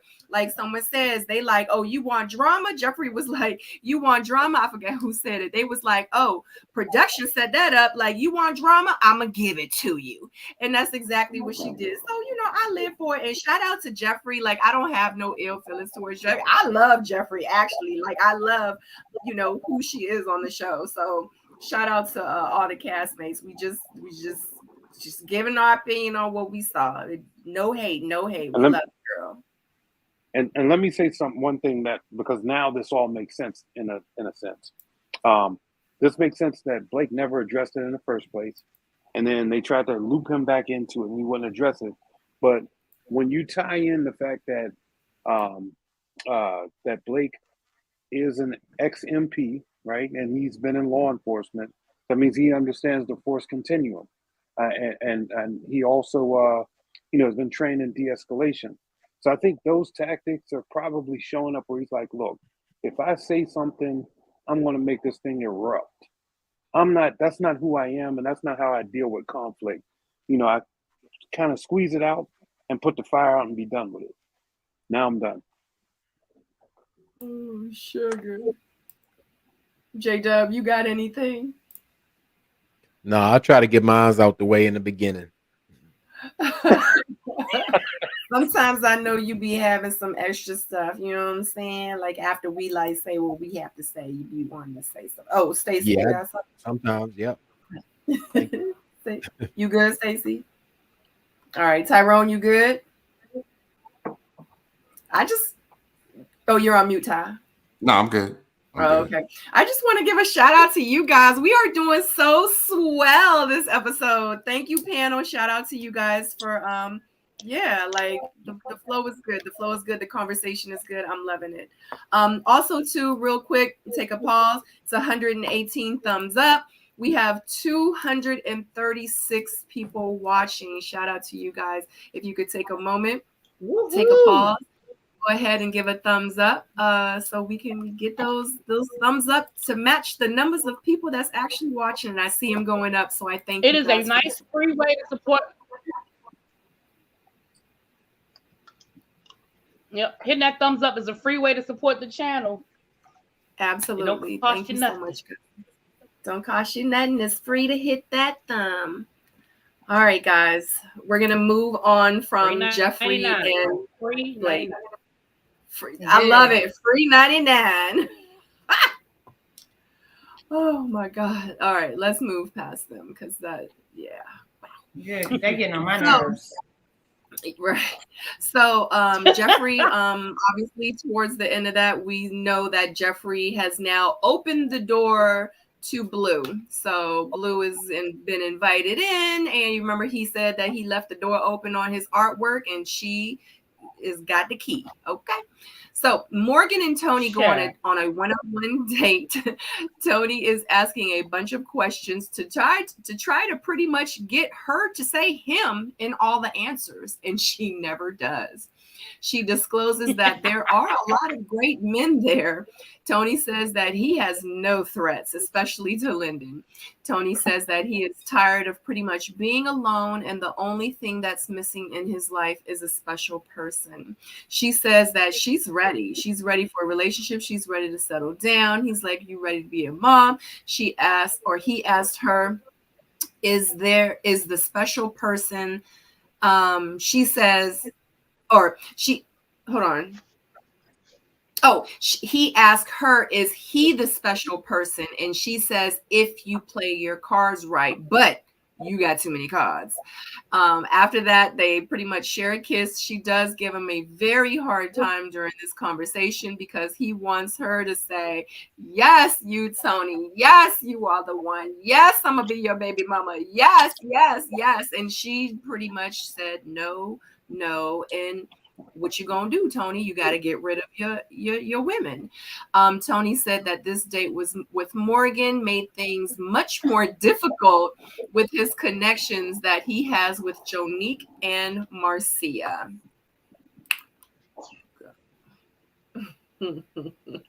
I wish that Tony would make up his mind on who is it? Like, who do you want?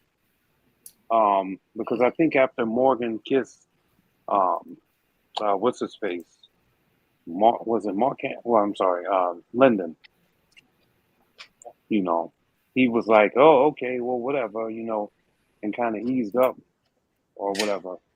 I don't know. I don't get it. I like, there's just something about Tony, man, that, you know, he's a New York dude, right? So, like, I know the beast, you know, and I think that, you know, he's got, you know, there's an agenda. I mean, this is the way that I'm feeling. I don't know if he's this guy in the real world, but I just feel like, you know, he's got an agenda. There's something up his sleeve.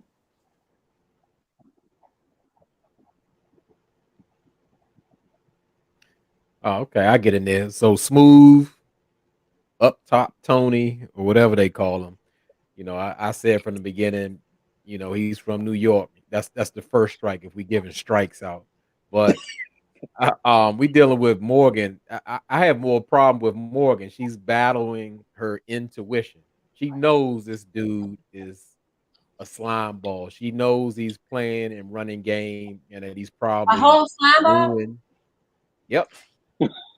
Yep. Slime ball. That's being nice. You know, he running game on her. He acting like, you know, that's his lady and he's so intentional. And she knows that he's telling the other ladies some of the same things or whatever. So it's yeah, just trust your gut. That's a lot of times with women and people in general. They don't trust their gut. It's the reason you're feeling that way.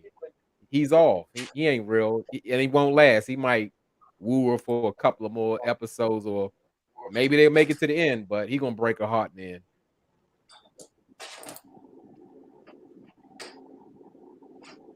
Done. Tyrone. I just want to make sure J-Dub get his time. Thank you. I need it.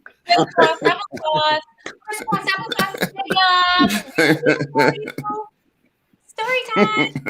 Nah, I'm just playing. I gotta give him credit. He looked smooth, right? I think this was his best look on the show, right? You know, I think this date is very non-committal. I think I even called it a flirtationship. And I feel like we've seen this before, you know, in previous seasons where, you know, the women run into a guy that they feel like would be fun, but it's not going to be substantial. And I see that that's what she's feeling from him. And, you know, he may be feeling the same thing about her because to him, it doesn't seem like she is committing to him, and she isn't committing to him for a reason, and he's not committing to her for a reason. They kind of find out because none of them want to be vulnerable to each other. Then it's going to end up being like we've seen plenty of times before, where you end up alone. So I feel like that's what's going to happen. I don't even know where this kiss came from. You know, they were just chatting it up, and then all of a sudden they kissing in the next right in the next shot. And then she had mentioned something about like "I hate you" when they was mumbling under their breath. So it's almost like she knows that they're, you know, that they're just flirting, and she knows that it's almost as if she knows that he knows how to get to her, and she don't like that. She don't like that weakness about herself in front of him, but she can't really help it. So it's aggravating to her, And it's almost as if like she doesn't trust him enough for him to not manipulate that and have that work in his favor. So she knows it would be better for him to just leave him, better for her to leave him alone. But she likes that feeling. She likes the chase. She likes, being hunted. So, we've seen this. We saw this last year. We saw the game. When you're in the game, when you're part of the hunt, like it's hard to let that go. Ty, the whole I hate you thing, that's women flirting. I hate you. It's like coy language. Like it's interchangeable with like I love you. I super like you. Like I'm dripping for you right now. Like I hate you so much. Whoa. Like that's not like an actual I hate you. Or like you're Stacey. Like advantage of I me. know. It's mean like like you can't really put words to it. It's just like this action for women. That's it. Thank you, Stacey. Because that's the second time you didn't had to give Ty the cues of what a lady does. Thank you. So since everybody, I mean, third if we're counting. I'm not being petty, but I mean it's the third time if we're actually counting. Because I mean the whole crisscross applesauce thing counts.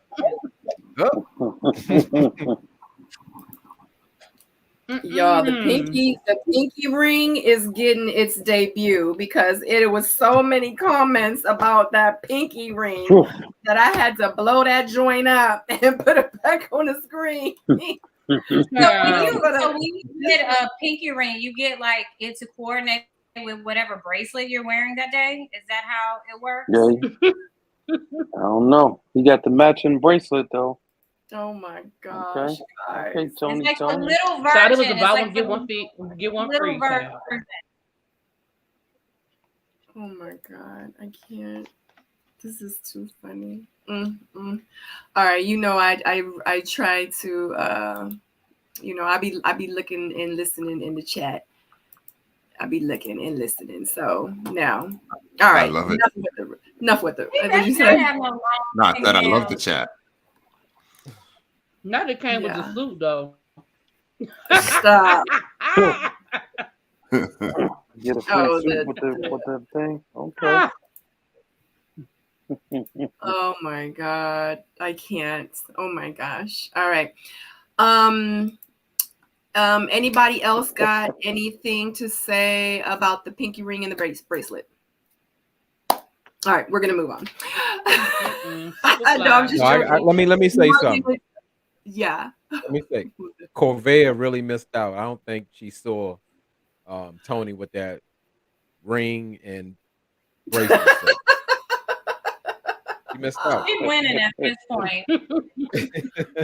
Oh my gosh, it was sterling silver. I don't know what I'm talking about. It was some ice on there. You ain't see those chunks? I blew it up. I didn't see the ice. It was sterling silver. My ex, when I was 25, he had a set like that. It was just sterling silver. Are you saying Tony's in the Millionaires Club? Oh no. That would be the minimum, right? That would be the standard. It's a nice set. It was a nice set. Y'all are joning. Yeah, I'm getting on J. How can you hold my hand with that big old ring on your finger? Like it'll be like hurting your little hand. I don't like that. No, it definitely wasn't platinum. It definitely wasn't. You could tell by looking at it. Platinum and silver is two different. I'm not trying to be funny though. Yo, you know what? It might be platinum. Who am I? I am not the jeweler. So the only thing he was missing was one of those hats with the little feather in it. That's all he was missing. Look, J Dub said cash me right now. I'm fooling with J Dub. I'm not fooling with J Dub. Who said in the 2000s? I'm slowly realizing J Dub been getting at me in the comments. Okay. Oh, what I said? I was hacked. Okay. I was hacked. I only live in Houston. I'm not from here. Oh my God, I can't. Oh, you talking about Ty? Talking about I was reaching when I said he was reaching. Because you asked the question. I ain't want to interrupt you, so I just put it in the chat.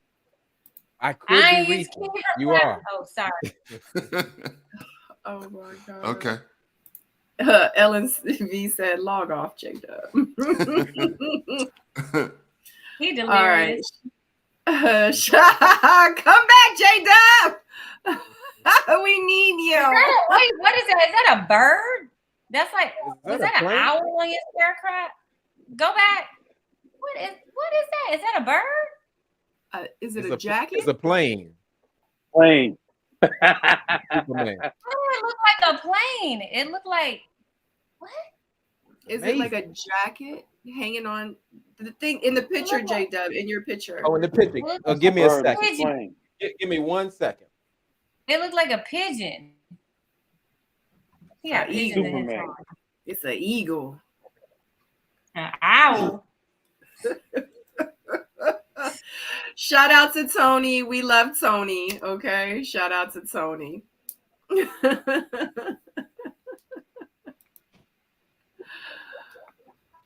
Stacey B is from Houston. Kenya from Cali. No, I'm not. I just live here. I've been here for like 8 years. Oh, really? I thought you were from there. Oh, shoot. I'm tripping. I know you not. Well, she's from Arkansas. I'm not from Arkansas. So y'all, Paul, I know you noticed. Y'all was asking me, what's in the picture? You're from Louisiana, right? Yeah, I was about to say, because we talk about we're both Creole. Yeah. All right. Oh, shoot. There it goes. Stacey B. Look at J-Dub. He said, what's in the picture? Is it a bird? Nah. It's, well, I'm gonna help you, Stacey. It's a knight. guard. I have. Yeah, it's knight. A knight. There you go. It's a knight. He in guards. non-shining armor. Yeah, it's. I have 2 of them. They guard the entrance to my steps in the foyer. So just to let you know, the house is protected. That's the stuff that his ring and bracelet was made out of. It looked like. Exactly. I got it. Yeah, same stone together. Yeah. I don't wear it. Aluminum, right? It's aluminum. Wow. Really? Iced out aluminum, though? Wow.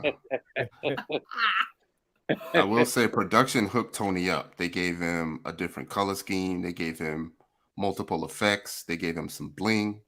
They gave him some sound effects. They gave him a little glow for his white jacket. And I haven't seen that for anyone else's walk up. It's just a regular walk up. Yeah. So that was nice to see. Yeah. I like Tony. I think that's the thing. That's what they're telling you. They're telling you, hey, this is the brother that we want to show you as the shining armor. Yeah. Only to, later on mutilate him on camera.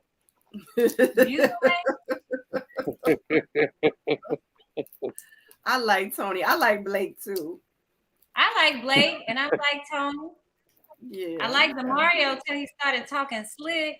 Oh yeah, DeMario lost me when he was like, what was your kid? I mean, don't get it twisted. He right, I get it, because Sadorable would have roasted my butt. She would have been like, Ma, why you kissing something? She would have went off on me. But for him to say it, like on national TV, like you said it, and it was recorded and they showed it. Like, what would your kids say about you kids? What? I mean, I get it. I don't want Sadorable to see me kissing nobody, but like he was trying to shame her. Yeah, you gotta do right. Better. He was trying to shame her and he tried to degrade her. Right. That's what I had a problem with. But anyway, we're gonna move on. We're not gonna go backwards because you're making my blood pressure go up. Lord. Y'all like Cynthia. Y'all like almost defended DeMario, but I'm gonna stop. Defend him and say how you gonna defend him. No, I didn't mean it that way. I think I think he was trying to. You know what? I ain't even gonna say it. Say it. Cheers. Me either. I ain't gonna say it either. Stacey B is great. What you have? Say what you gotta say. Damn. I Hi, was gonna say, Shy. I think by mentioning the kids and what they would think, I think he was trying to get her to understand the brevity of it from his perspective. Like it was a big deal to him, and he couldn't quite get that through her head. So he was saying, "What would your kids think?" That's the only thing I could come up with. You can't come But up how with could it that be a because big deal? How could it be a big deal if he only if there was those three those three I know. commandments? Yeah. I Ty, wasn't why even do gonna you say have to nothing. come up? I wasn't Why gonna say you have to nothing. come up But with something? Sabrina, You don't have to come up with anything. You defending that man. We living in a I time didn't where want to now we say gotta give anything. everybody the benefit of the doubt when people are showing you who they are. But let's move on. And Like Ty, Theo said.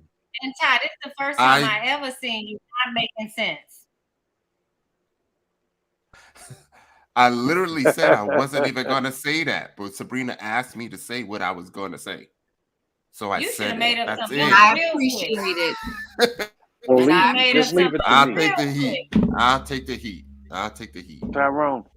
Tyrone, listen, man, you got to let me do that stuff. Okay, you're I'm right, the only Paul. one that's You're right. I'll be text you. adverse. I'll text you, Paul. I'll Yeah, text there you you on go. the back end. Right. Yeah, next time send it to Paul because I don't like hearing that kind of stuff from you. I hold you in the highest regard. Okay. Now Ty getting roasted. Ty, show your other hand so we can see if you got a pinky ring on. Look, Brenna Rome said, Ty, you off today, Pooh. She said, take the Whole little tink tink. Tyrone is right. The brother could have, had a. Well, I'm not going to even say that.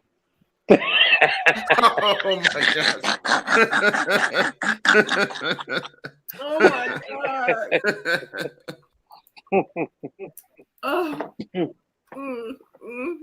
But the Mario brother, I rocks with you, man. It's just that one bad thing, man, that you did. That don't define who you are as a person, but that does define your fate on the show. Right. Okay.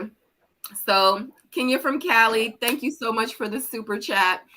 She says, at Ty, say what now? She wants to know what the heck are you saying? He don't know what I wasn't defending him. I was just trying to explain. You know what? I'm gonna just stop.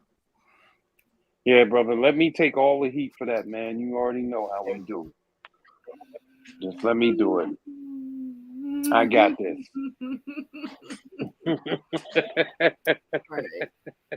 I don't We're even gonna know move. Would you say really B? No, that was Stacey. I didn't. I said, I don't even know. Oh, I just had to reset. And scene. All right. Come back to us, Ty. Come back to us. He's back. He's back. All right. So Jonique and Blake go on a one-on-one date. Jonique asked, how is the journey for you so far? She asked Blake that. He says that he would give, since you asked me a general question, I'm going to give you a general answer. And I thought that was so, I can't even think of a word for it, but I just was like, why he ain't just answer the question? But I don't know. So he says that, it's positive and there's still ways to go. Jonique asks, so what do you do for a living? And he does talk about his background and his job and his military. I wasn't going to type all that. So you guys watch the show. He did go into the background and what he does. So Blake does ask Jonique, so what do you like to do on your free time? She says, well, I like to spend time with my friends, with my family. We like to drink, you know what I'm saying? We like to turn up and have a good time at the house. Blake says that she is a nice young lady, but the life gap experience is just too large for him. Jonique says that Blake was really, really standoffish and he gave her a weird vibe. And they pretty much ended the date. So, Jonique and Blake. Let me get mine out the way. Let me get mine out the way before Ty starts going about his military background and profession and all that kind of stuff and why he said what. All right, quick. Again, another example of why triggered me. Of why Blake is what I've been saying all along. Like I just said, he doesn't belong on this show. He's not intentional. He doesn't want to get along. He doesn't take the feedback that the ladies give him. He's given the same thing: standoffish, combative, rude, pompous, arrogant, all of that. Jonice was like a dentist. She was trying to pull teeth at this.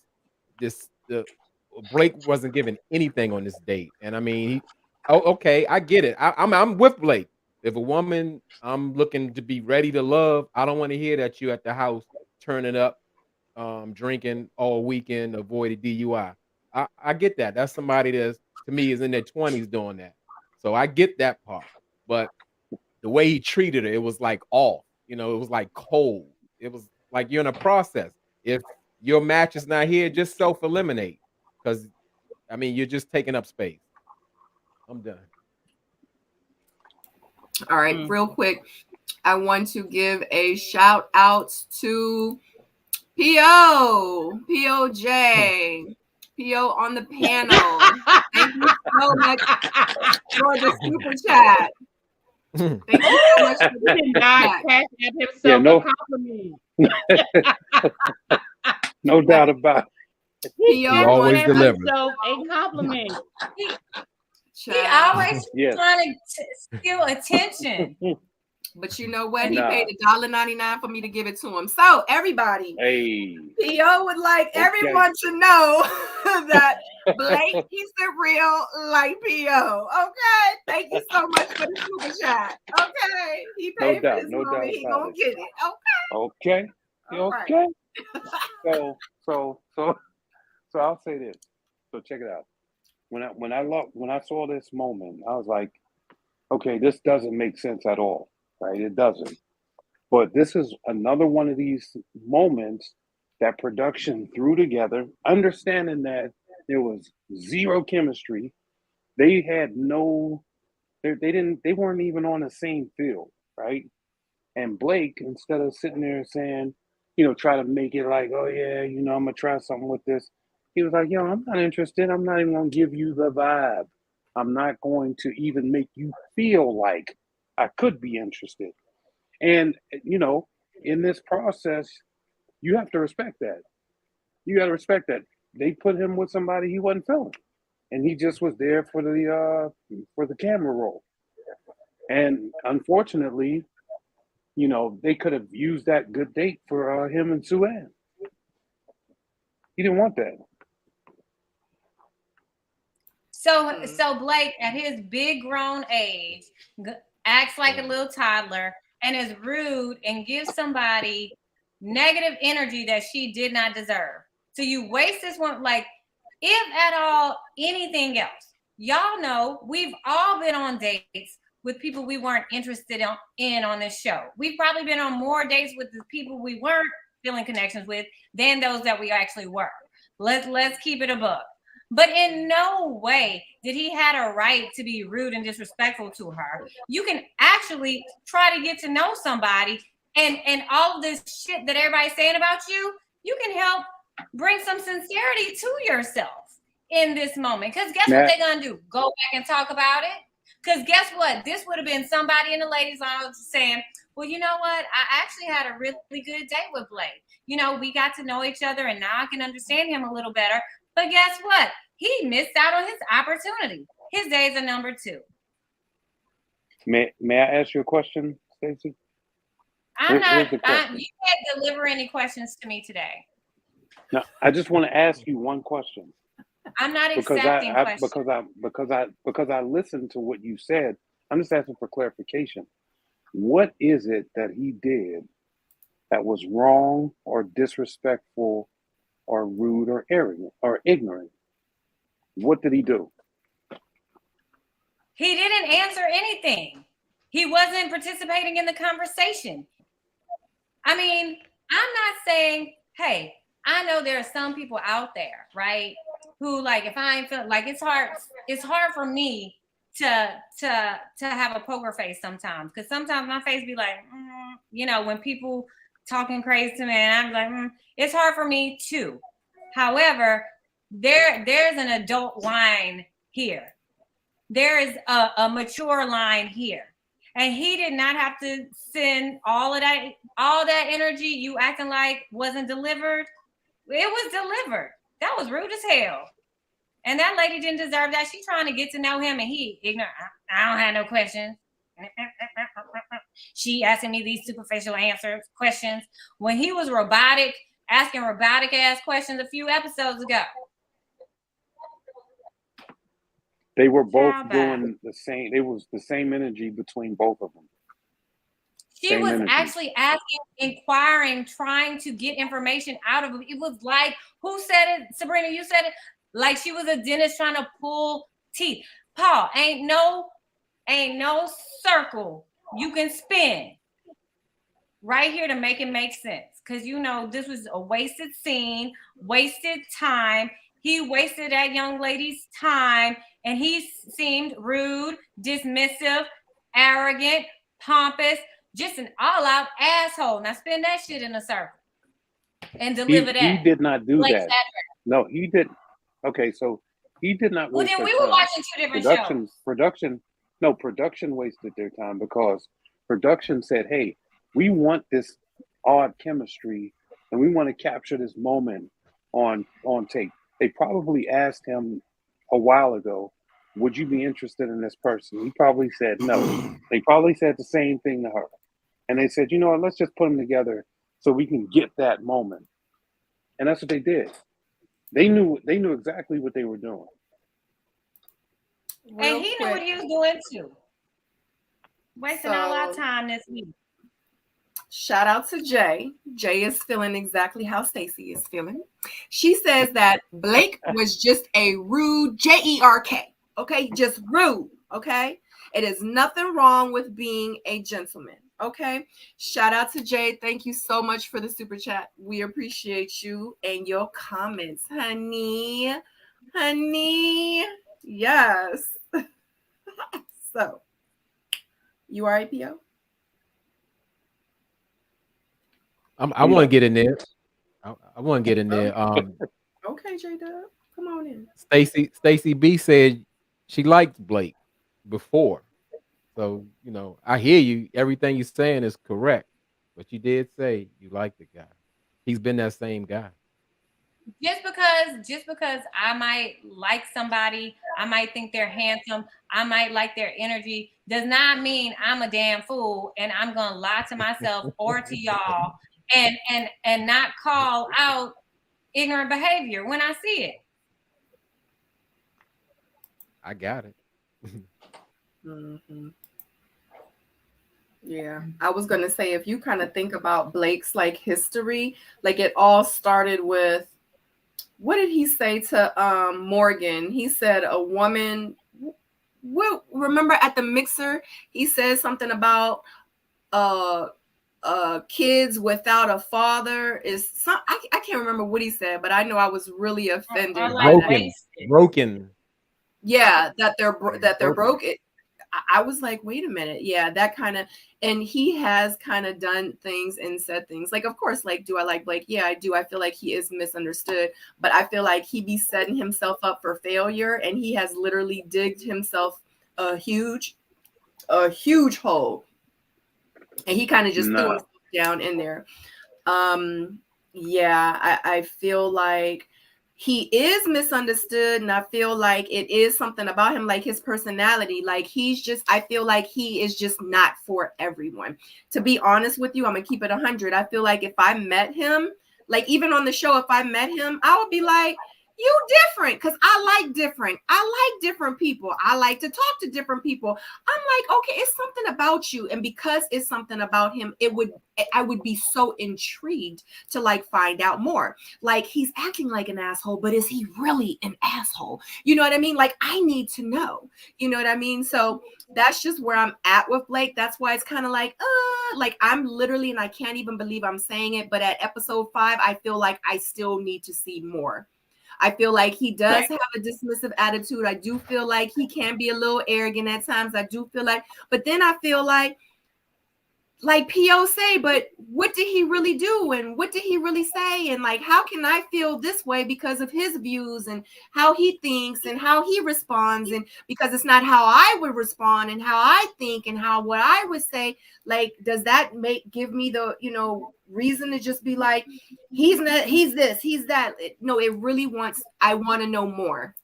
That's where I am with Blake. So like, do I agree with everything he's done? Absolutely not. But right. I don't want to dismiss him. I want to know more about him, and honestly too, he's growing on me. I feel like with every episode he getting more and more handsome. Like, I just okay. Wow. I'm sorry guys, because I try to interject. Careful, J-Dub's gonna use that against you in a future episode. Oh, sugar. I'm in shock. I'm in shock. I'm just in shock. I'm in shock at this point. So we gotta stick our hand in the fire to see if it's hot. Yeah, the man. I'm not getting the analogy right now. I mean, the man. It's already understood that he is combative with the ladies. They all agree, all on the same page. I've seen it. His attitude is stank, and the fact that he says like, "Hey, okay, I'm combative. I'm controlling, but you know what? I ain't changing nothing. Actually, I'm gonna turn it up." But again, everybody loves differently. Everybody receives things differently. So if you're good with somebody saying, maybe that negative trait that you're displaying, you might want to kind of tone it down. No, I'm going to increase it. So again, everybody's different. So if y'all like it, I love it. I'm gonna leave it at that. I have one question. I don't like it. I just have one quick question. I don't know what. No, I just want to say something. This is a kind of an open-ended question, and that is this: why do you think this last episode they only pretty much showed all Blake? Nobody else. They want to show his rock bottom so we can see his rise. Mm-hmm. Exactly. Yeah. It's on the way. So oh, go ahead. Sorry. No, I was just going to describe the date, but go ahead, Stacey. I said, and when he's rising, J-Dub, remember what I said again. Yeah, I mean, you the same lady. You just destroyed Blake, but you still like him. You still like him. I mean, you still got to go towards the flame. He's pompous. He's abusive to women. He's got 3 different baby mamas. How is he abusive? Give him a try. I like his smile. I'm being melodramatic though. I'll still his give hair it a looks try though. Yeah, it looks like he uses Shea Moisture. He doesn't have a personality. Products. Love it. Yeah. I mean you gotta. Sometimes you gotta let the women just have at it, because this ain't nothing new. The man showed you who he is, and if you still coming forward, I mean, and I'm gonna just put it down like this. That's why. That's one of the many reasons why men have the run of a lot of women. And I'm just saying, it ain't a dig. It's a serious thing. Women, you got the answers. You still gonna ignore it. Oh, I gotta see more. He's okay. He's just misunderstood. No. He's a military police. No, I got you really deep. No. He grew up with a single mom. You gotta make some allowances for him, but still coming forward. You're gonna get what you're gonna get every time. But it's an old saying. I'm gonna close with this: only you know when you've had enough. I'm leaving it right there. All right, really be, because y'all know it's a lag. So we're gonna let her speak. Yeah, I'm sorry. I'm gonna jump off after this because I'm really having a hard time over here. But as much as this pains me to say, I'm gonna have to agree with J Dub on this. I'm not understanding what y'all not seeing. Sabrina, I love you, baby. What more do you need to see from him? This man is showing you at every turn who he is and what he is. And listen, there's somebody for everybody. So that's cool, but it's just I don't know what more we need to see. I'm so confused. What we not seeing that Blake is giving. I don't know. I'm just confused. Hold up, but let me get in there. Really, I don't B, am know. I such an unreasonable person that you can't agree with me? I'm pretty reasonable. Yeah, I might, I may Usually, have a yeah. little go to a beat Usually, of my own drum. usually you are. I don't think so. I might be like a little hard on people. I might be a tough critic, but normally I'm coming of a place with some reasoning, and it does sound different because I don't like the pattern of this world these days. It's like we forgot about some of the wonderful things that we should have taken with us and put in this society. It's like most of it's gone now. I'm gonna stop right there. Y'all go ahead. I feel like he reverted back to the old Blake. Like this day was bad. I was on him early because I feel like the dates that he had with Z, he just wasn't given anything. And I played that date with just the vocals, and it sounds really, really bad. It's a lot of dead airspace. And this happened to be very, very similar. It was like y'all ever see that button? I mean the date with Joe Button and Migos. I feel like we got an echo. He just walks off. Yeah, it's That's like what it felt like. It felt like he tried, but he ran out of energy. And it seems like the more that she talked, the more that he felt like he was above her. somebody And has he an just echo. Sorry, guys. couldn't seem So, to carry on with the conversation. It was just bad. Like I feel like the things that we're asking him to do, the reason why I can relate is because I should have done the same thing. You could still go on a date with a person, not be interested, not be trying to smash, and still, be a human that's on a date with someone. And he just can't seem to do that. Now, when we were asking I about the get things you. that we were looking for from him, we were looking to see what he would be like with someone that he actually likes. But y'all call that, or we call that, controlling. So, you know, it's So, just all around bad for Tyrone. him. Do we? So let me ask you a question, Tyrone. What do you think it is about Suan that he's gets into this place where he can sort of open up and I, have some dialect and some progressive conversation. I feel like Suwan is probably the only person that comes close to his what's the word I'm looking for? I want to say something like mental makeup. Suwan is the Mhm. closest one to his mental makeup. With her being a lawyer, with her being, having the ability to investigate, see things really, really quickly. You Mhm. know, I feel like that's what that is. Hmm. So I mean that makes sense. I feel like he's an accomplished man. He's done some things in his life, and I don't think that he wants to entertain somebody that doesn't match his energy in terms of accomplishments, and in terms of kind of like his strategy going forward in maybe his next 5 or 6 years in life. And I get that. They don't like each other. They're both using each other. Right. But you don't have Period. to you don't have to use the journey to, like, every date doesn't have to be to find your wife, right? You can still Right. use the date to show that you're a great person and get That's true. yourself some TV time. Yeah, but Now still, Suan trying to. I know. Yeah. I get it. Yeah. I mean, at the end of the day, oh, hold on, let me bring Stacey. At the end of the day, like, I don't know. I just feel like I feel like he don't know that she know, and she don't know that he know. But they using each other. They trying to stay in the game. He like, I'm gonna get her this bracelet. She like, and I'm gonna take it.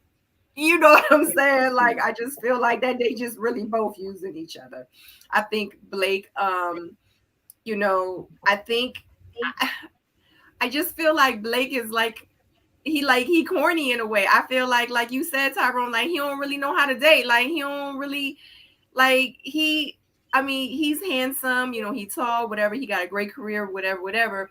I feel like he get women, but I feel like on this level, like on national TV, he probably ain't never used to this. He probably ain't never been. When he watched this back, he probably at home every episode like this, like, oh my God, they got me out here looking crazy. Like I just don't think he knows.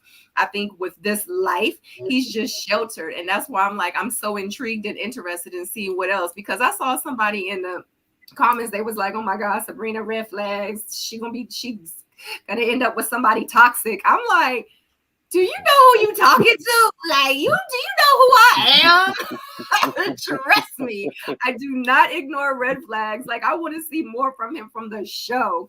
Would I ever date somebody like Blake from what I've seen on the show? Hell no. Hell no, I would never date nobody like Blake. Hell to the no. No. Me and Blake, we would be fighting. I had to go on him like every day. Like, who are you talking to? Like, what? Like, can you turn your personality on real quick? Because I need to know what we're doing here. Okay, you know, because I'm very animated. He and we are too different in a lot of the things he says and does. They are red flags, but it doesn't stop me from wanting to see more from him from the show. So no, we as women, we see the red flags. They're all in the comments saying it, but no, yeah, and he is toxic. He's horrible. But it doesn't mean I don't want to see more. What were you about to say, Stacey? Well, I mean, if I can just have a moment to come over to the side of PO. Hold on real quick. JP Reddy, you said I picked Walter. You said I picked Walter. You need to go back and watch my season again, because I think Walter picked me. Okay. I picked that little girl in the back. Okay, I picked her and myself. Hold on, come on now, go watch DC. Stop. I'm sorry, Stacey. Go ahead. It's okay, because that interruption probably stopped me from making a big dumb mistake. No, what was you about to say? Say it. Okay. Say it. Say it again. Say it again. Say it. He wants Blake. You sure you don't want to text it to Paul? You want to text it to Paul? Say it with conviction. He'll say it. Paul will say anything. He's like Mikey on the mic. So what this is all I'm gonna say, and in no way, don't take it any other kind of way, but how I say this. So I understand to a certain degree what Paul is saying. So I don't want what I'm about to explain to be, as if it's absent from my from how I'm seeing things. So we know that certain personalities and certain things on screen can look a certain way. For example, I'll give a personal example from me. So do y'all remember on my season when David walked into Pilates and I was like, oh, you late? And everybody on the internet, like everybody in the world was like, she mad because he late. She giving him bad energy because he late. One, I had no chemistry with him and he had his raw feet out. Let's start there. He had no socks on with sneakers. That wasn't track shoes. Let's start there. Anyway, however, I was the one that was actually late. So I was like saying a little, like, people who came to know me, all of y'all out there who've come to know me, y'all know I joke like I just be playing most of the time.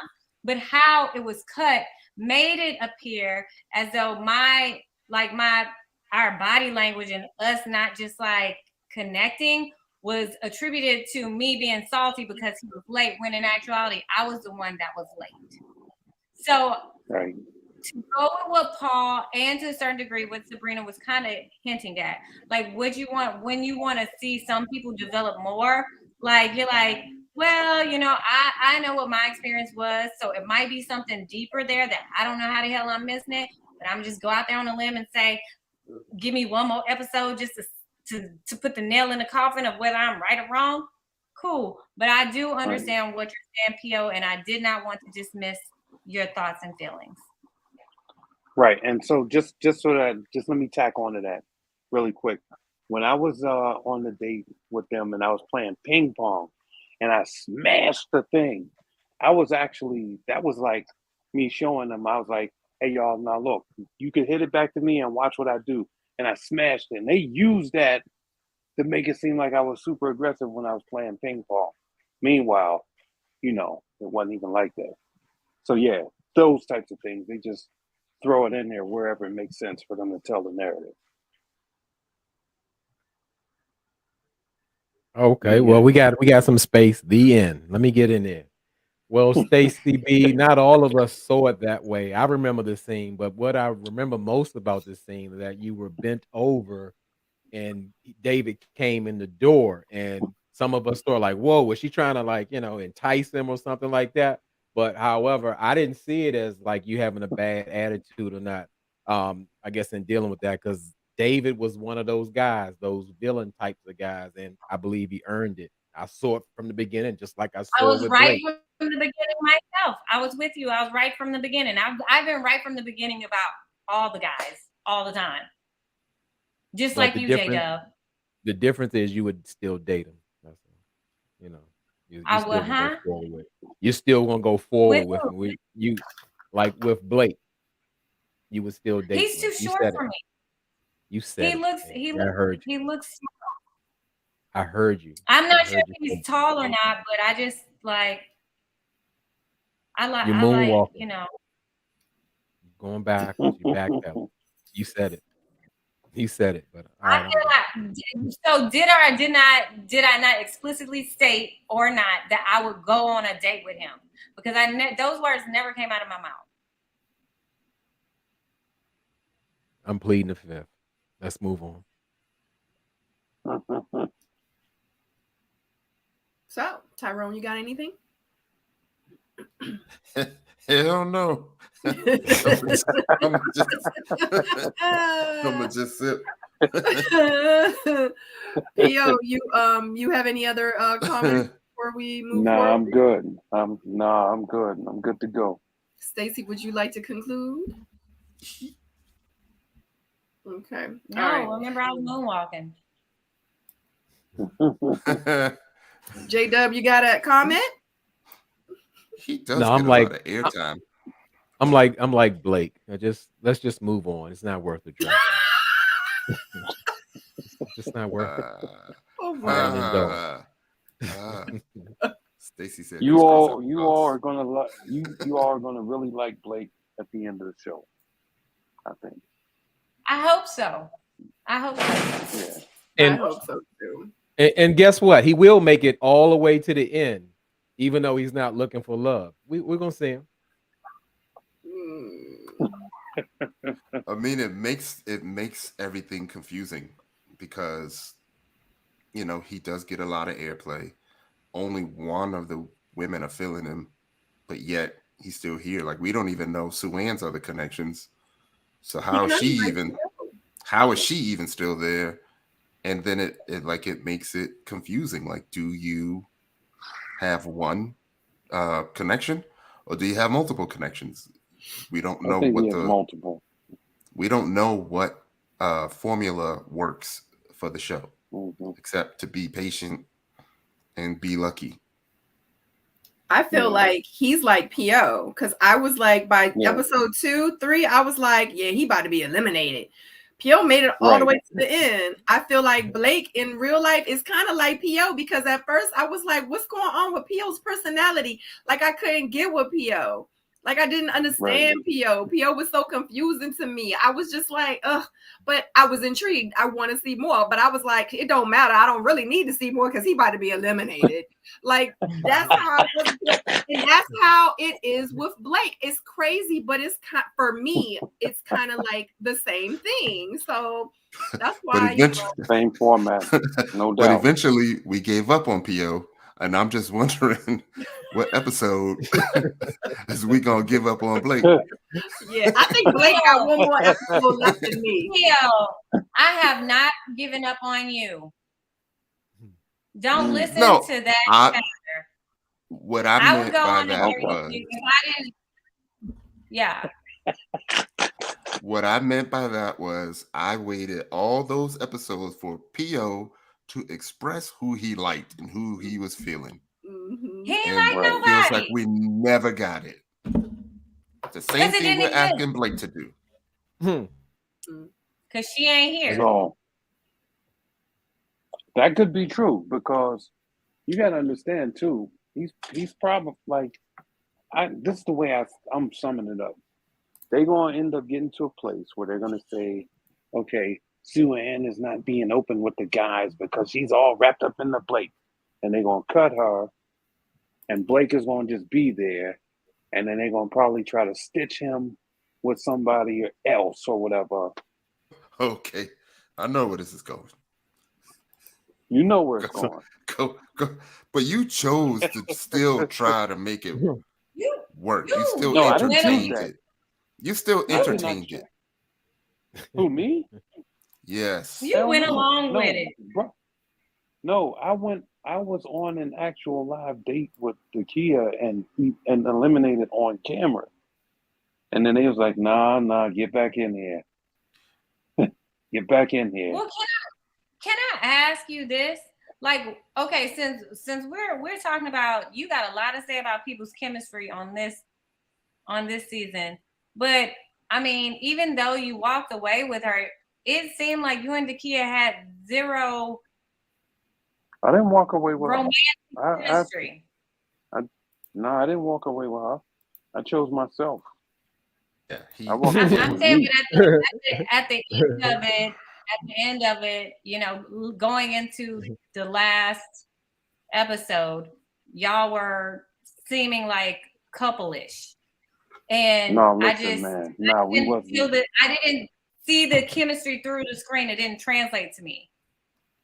I understand, and so, but we both had separate conversations with production. It was like, look, and my conversation was like, we not just gonna pull this off, you know, just because it makes sense for the cameras. I'm like, because when I like after the getaway house or whatever, that very next day, I talked to Clifton. And I was like, yo, I shook his hand and said, yo, I hope you enjoy, do well. I'm out. And he said, you doing it today? Me and Clifton were sitting having oysters. And I'm like, me, Clifton, and Joy actually were having oysters. And I was like, yeah, I'm about to go do that right now. And I went to my date with Takia, and Clifton went on a date with Joy. And you saw that side by side. And you never saw the ending of the date that I had. And you can go back and look. You never saw the ending of that date with me and Takia because during that date I said, hey, you know, are you okay, you know, if you leave here with nobody? And she's like, yeah, you know, I'll be fine. And pretty much I was like, okay, fine. Well, that being said, I'm out. I'm self-eliminating. I got up, took off my mic, went out, and the producers came out to my car and was like, yo, like, you curveballed us. Like, what is this all about? And then it was like, come on back in. We'll talk about it for production. And that brunch thing, that next day, when Carmen, quote unquote, dropped the bomb, I was expecting to be eliminated during that brunch. And then they turned that into a whole different thing. That was kind of the gist of what I got from production. Like, okay, well, you'll just get eliminated off. It has to make sense. We got to close it out. And I was okay with that. You know what I'm saying? And they didn't do that. And then they kept that same energy. And I'm like, wait, this wasn't what we talked about, but it made for good TV. Is that who I think it is? I was getting ready to say, Is that who I think? Oh, you missed your praise team, Anthony. You done missed praise hour. I You was late. getting ready to say, because we was praising you up early about an hour and 43 minutes ago. You know what I'm saying? You're going to have to watch the replay. Everybody give Anthony Martin a shout out. This is Anthony, the one that's actually on this season of Ready to Love. This is the Anthony that was sitting having dinner or lunch with Cynthia. So, hey, Anthony, thank you so much for coming. What's up? Supporting us. We appreciate you. No doubt. Sorry, guys. I just aside from the watch, Anthony, nice bracelet. I caught that too. But go ahead. J-Dub? Sure, I'll take a stab at it. I wanted to go way back into the comments what people were saying. When you compare P.O. the Juggernaut to Blake, even though, because I'm on record of I was not a P.O. advocate at all. I was on my review saying, how are we still looking at P.O.? But deep down inside, just like what somebody said, because it was a while ago, you knew P.O. wasn't a bad person at the core. You could see that he was a decent brother. He might have said, let's say he might have said some corny lines. He might have said some off-putting, like the kid like to get thugged out after 9 p.m. and stuff like that.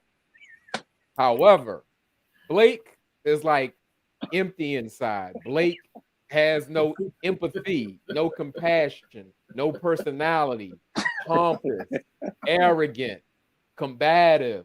He's that. And ties. What did he actually do? He was himself. That was too much. It doesn't fit in this setting, and it's off-putting. You're supposed to come in this process open, ready, willing, able. That's not it. And to the core, I can't say that, oh no, he is a good person. No, we could say that about P.O. And P.O. did triumph in the end. I had to eat my words. And I was okay with that because I'm a man. I can take accountability and I respect P.O. But I knew he wasn't a bad person to the core. That's it.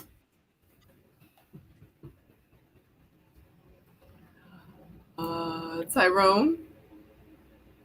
Yeah, I mean, I don't really have much more. I mean, I think Blake's game is having no game, and that can work, when you're at the bar or at the club, but that ain't gonna work on TV when people are expecting you to be, so somewhat social, and somewhat of a human with some feelings and a personality. So I think it's just not working out for him. It's not looking good for him.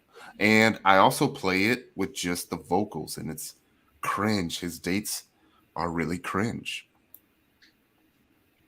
Hold on. Who are you talking about, Blake? Yeah. Yeah. Unless y'all still want to talk about P.O.'s journey. No. Y'all can watch the replay. No. Yeah, exactly. Yeah. Season 6, 5, 6-ish. Pie slides. We need some P.O. clips. We need to put a little collage together. Yeah. But I just feel like with Blake, we're not going to get much of Blake because I feel like, honestly, he is not connected to this process.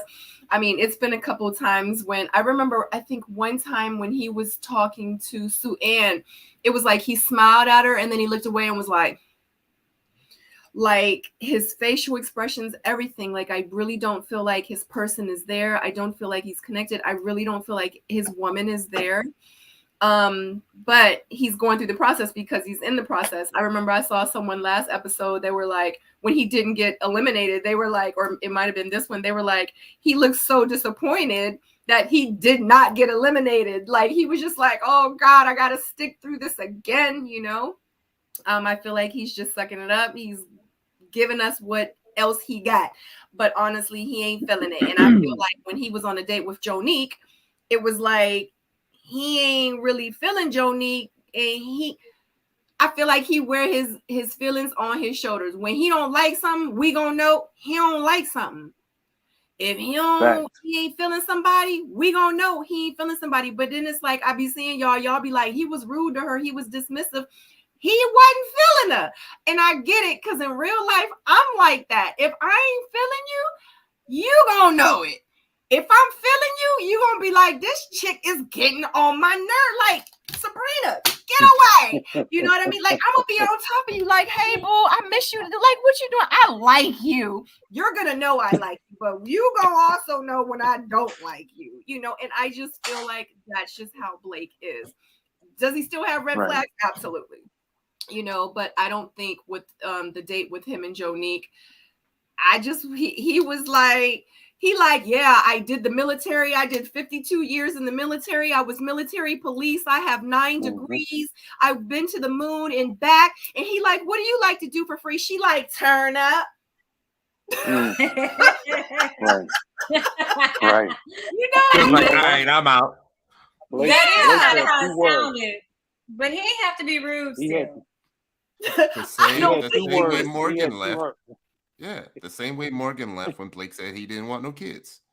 And we didn't call her rude. Yeah. I thought she was rude. 2 words for that date. Okay, I got you, Stacey. No, I was just saying.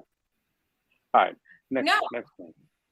Oh, I'm sorry. Yeah. I'm gonna say Next this because segment. I don't think I was here when y'all discussed that episode, but I really wanted to be here, especially since Sharice is normally here.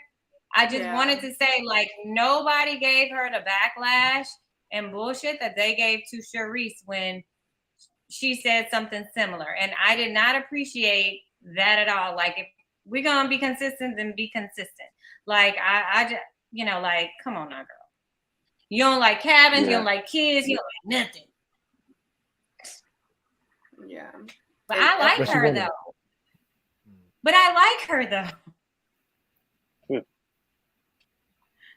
But somebody in the chat was like, Stacey, I like everybody B. She sure do. Thank you for that. Thank you. Find something positive about everybody. I will find something positive. Yeah.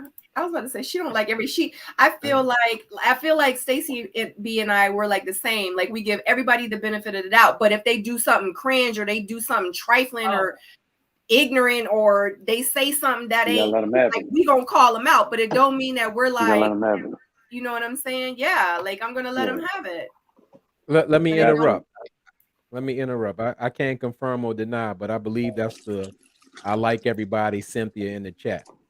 The one we talked about. Oh, is that her? Well, guess what? She joined in right on time, because I like everybody. Yep. Stacey is right here too, and y'all better not play with her. Because when I came up in here, what did I tell you? Thou shalt not. What? On Miss Cynthia. Thank you. I think girl, Cynthia I had you before you were here. I think Cynthia missed that clip.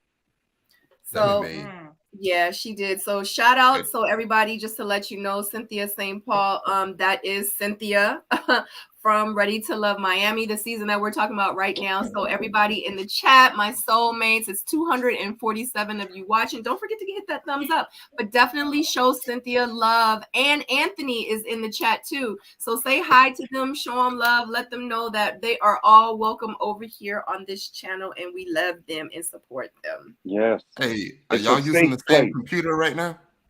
Okay. Words out my mouth. With this math, and this math. Right. What? I miss it. I said, is Anthony and Cynthia using the same computer? Y'all know I'm slow.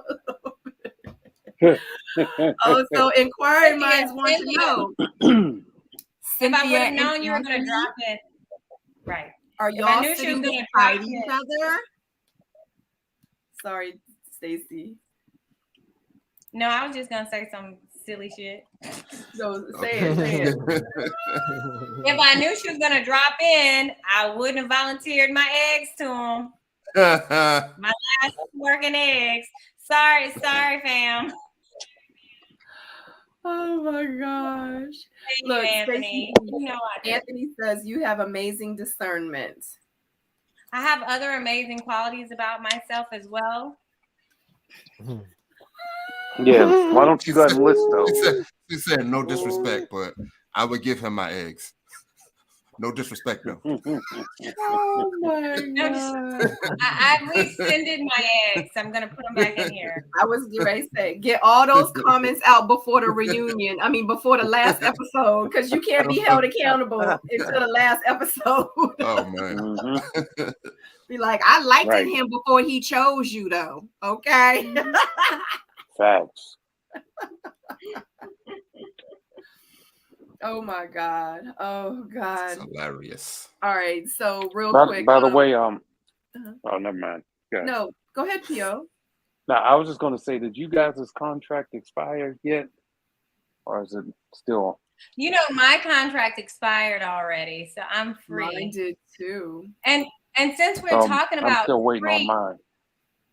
Since we're talking about free, and clearly there's some cast from this season, I just want the men to appreciate how free SabrinaSeoul and Stacey B's face is, because we don't wear heavy makeup, since that was a complaint in this episode as well.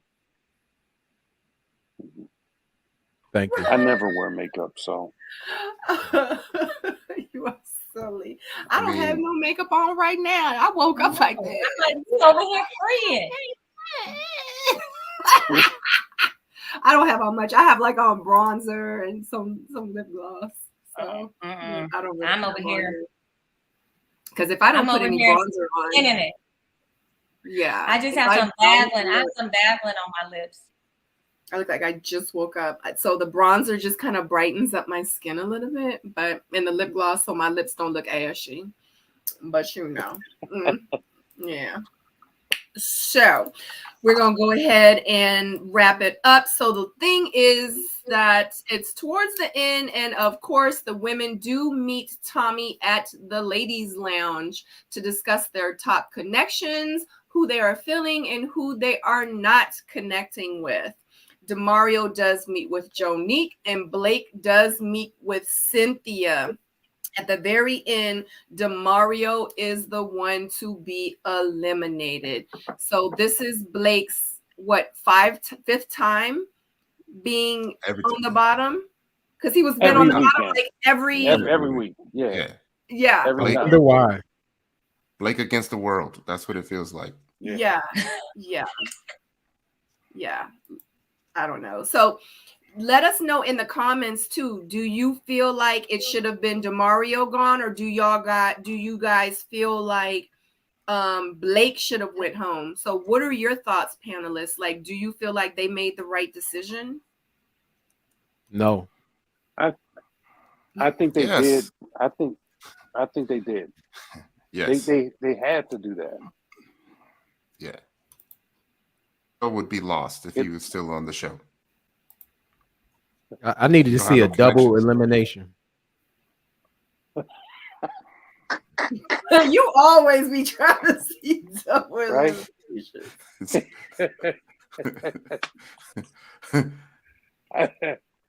We would get a quadruple elimination if it was up to J-Dub. Facts.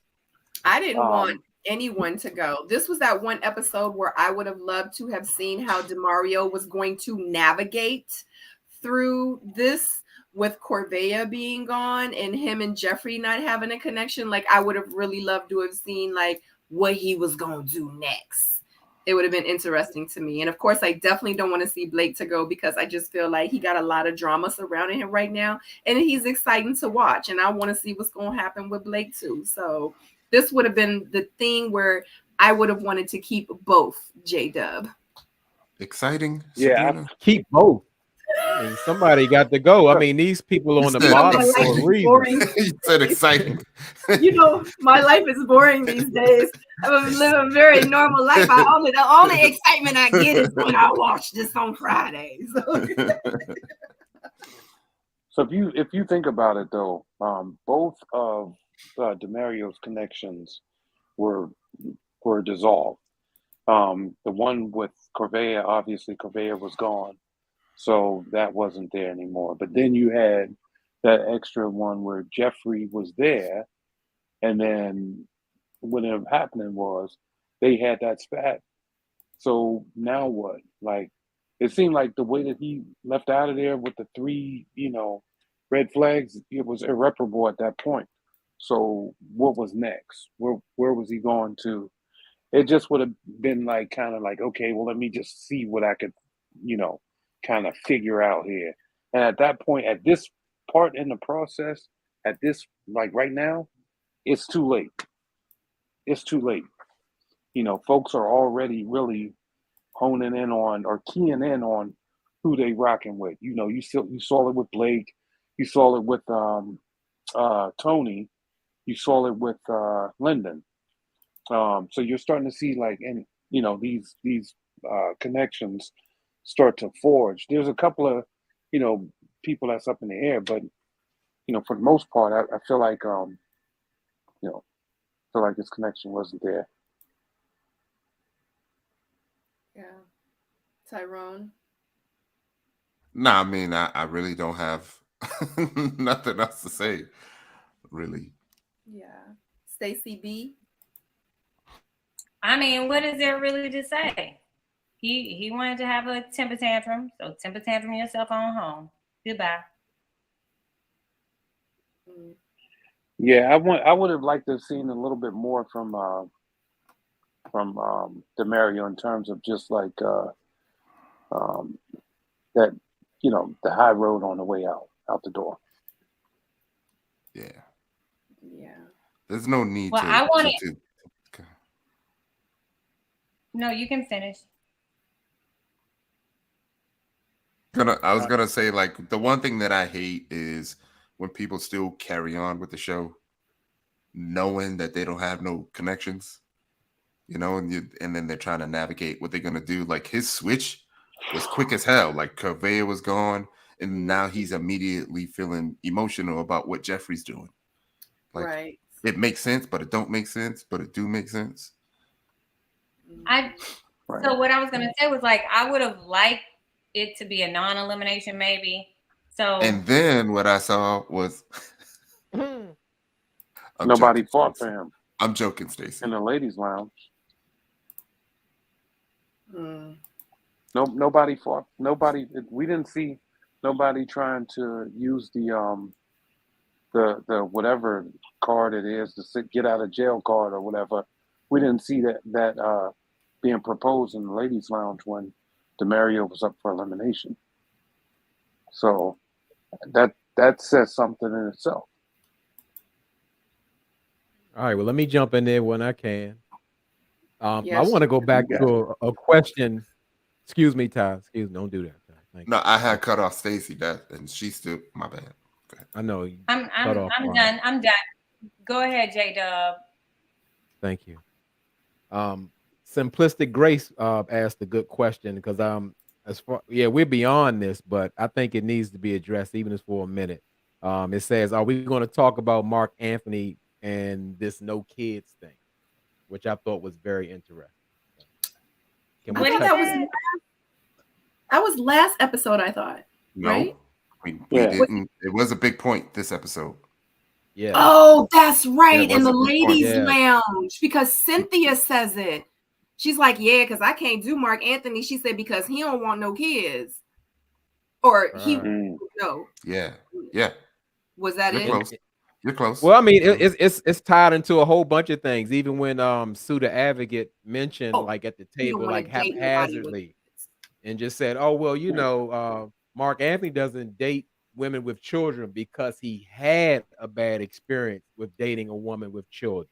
Now, remember, Mark Anthony said, "I've never dated a woman with children." So it's some things you can unpack there. Yeah, because he did say that.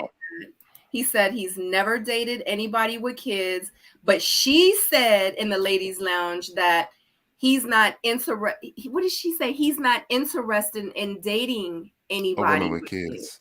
Yeah. Right. She was like, so I can't do that because she got kids. Cynthia got kids. But that's not what he told Jeffrey. Right. Yeah, and Sue the Advocate said that he had dated a woman with kids. In his confession, he said he's never dated.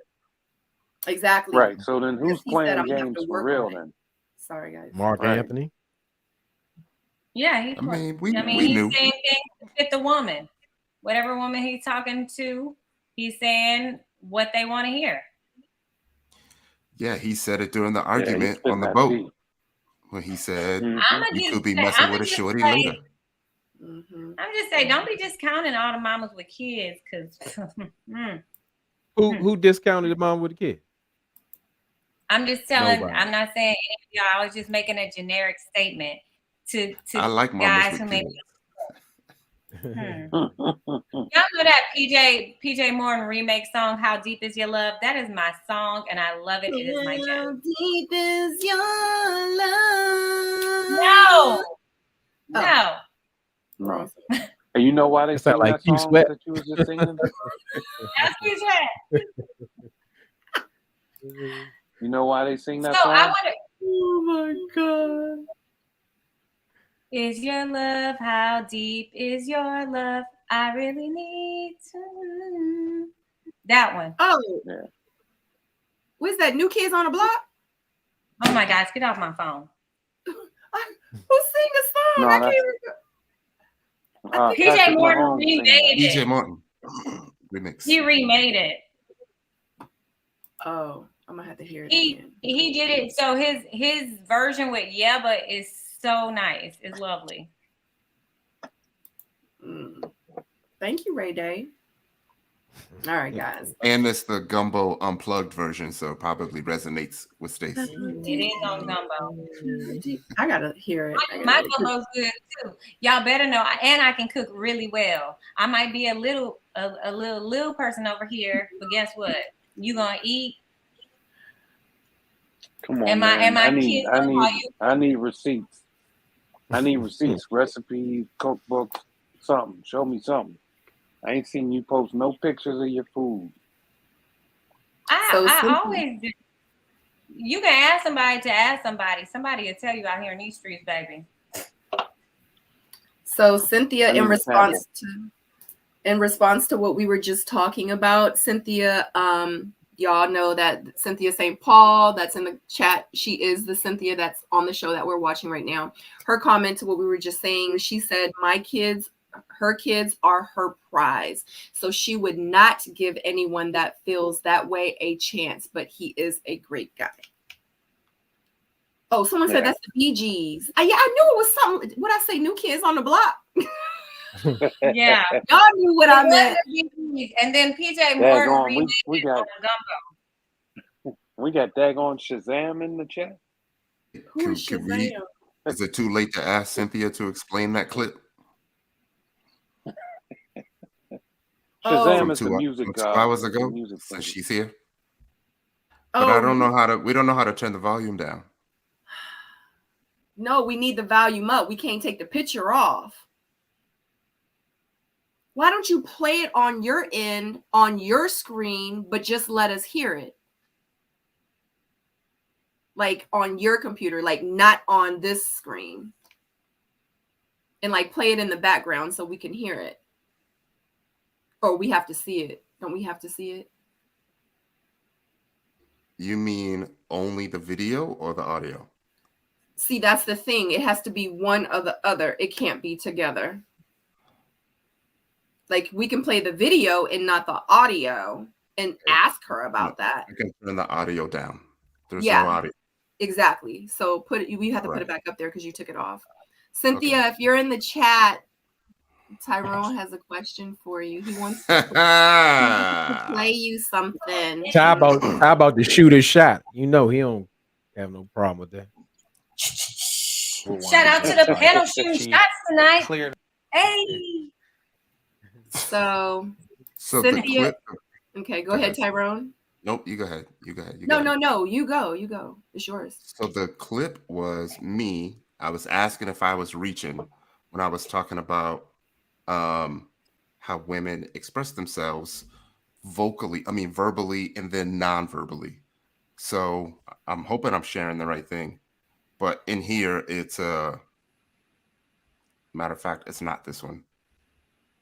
So what it is, it's the first date where they ask Cynthia, who do you like or who do you feel in or something like that. And then you immediately turn to Anthony and then your body language is towards Anthony the entire session.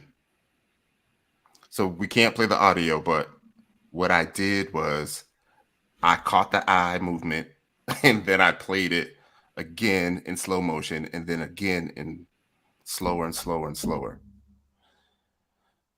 And then production is kind of messy because when you hear Cynthia explaining what she likes and what she don't like, you can hear her say something about it. She starts off with what she don't like is a cheater. And then it immediately cuts to Andre. And Andre's staring at her the entire time because he's interrogating, right? But then when she says cheater, they show him looking away for the very first time. And I'm like, all right, production is messy. But then they start talking about she don't like nobody that's out of shape. She don't like nobody that's not put together. And then like they cut to Blue and then they cut to Tony when she says that, which I think production is kind of messy. So Cynthia, if you're in here and you want to explain this, please provide it. Yes. But if not, it's cool. I understand if you want to plead the fifth. I get it. But what is the question? Oh, she says she can't share, but you're close. Okay. Boom.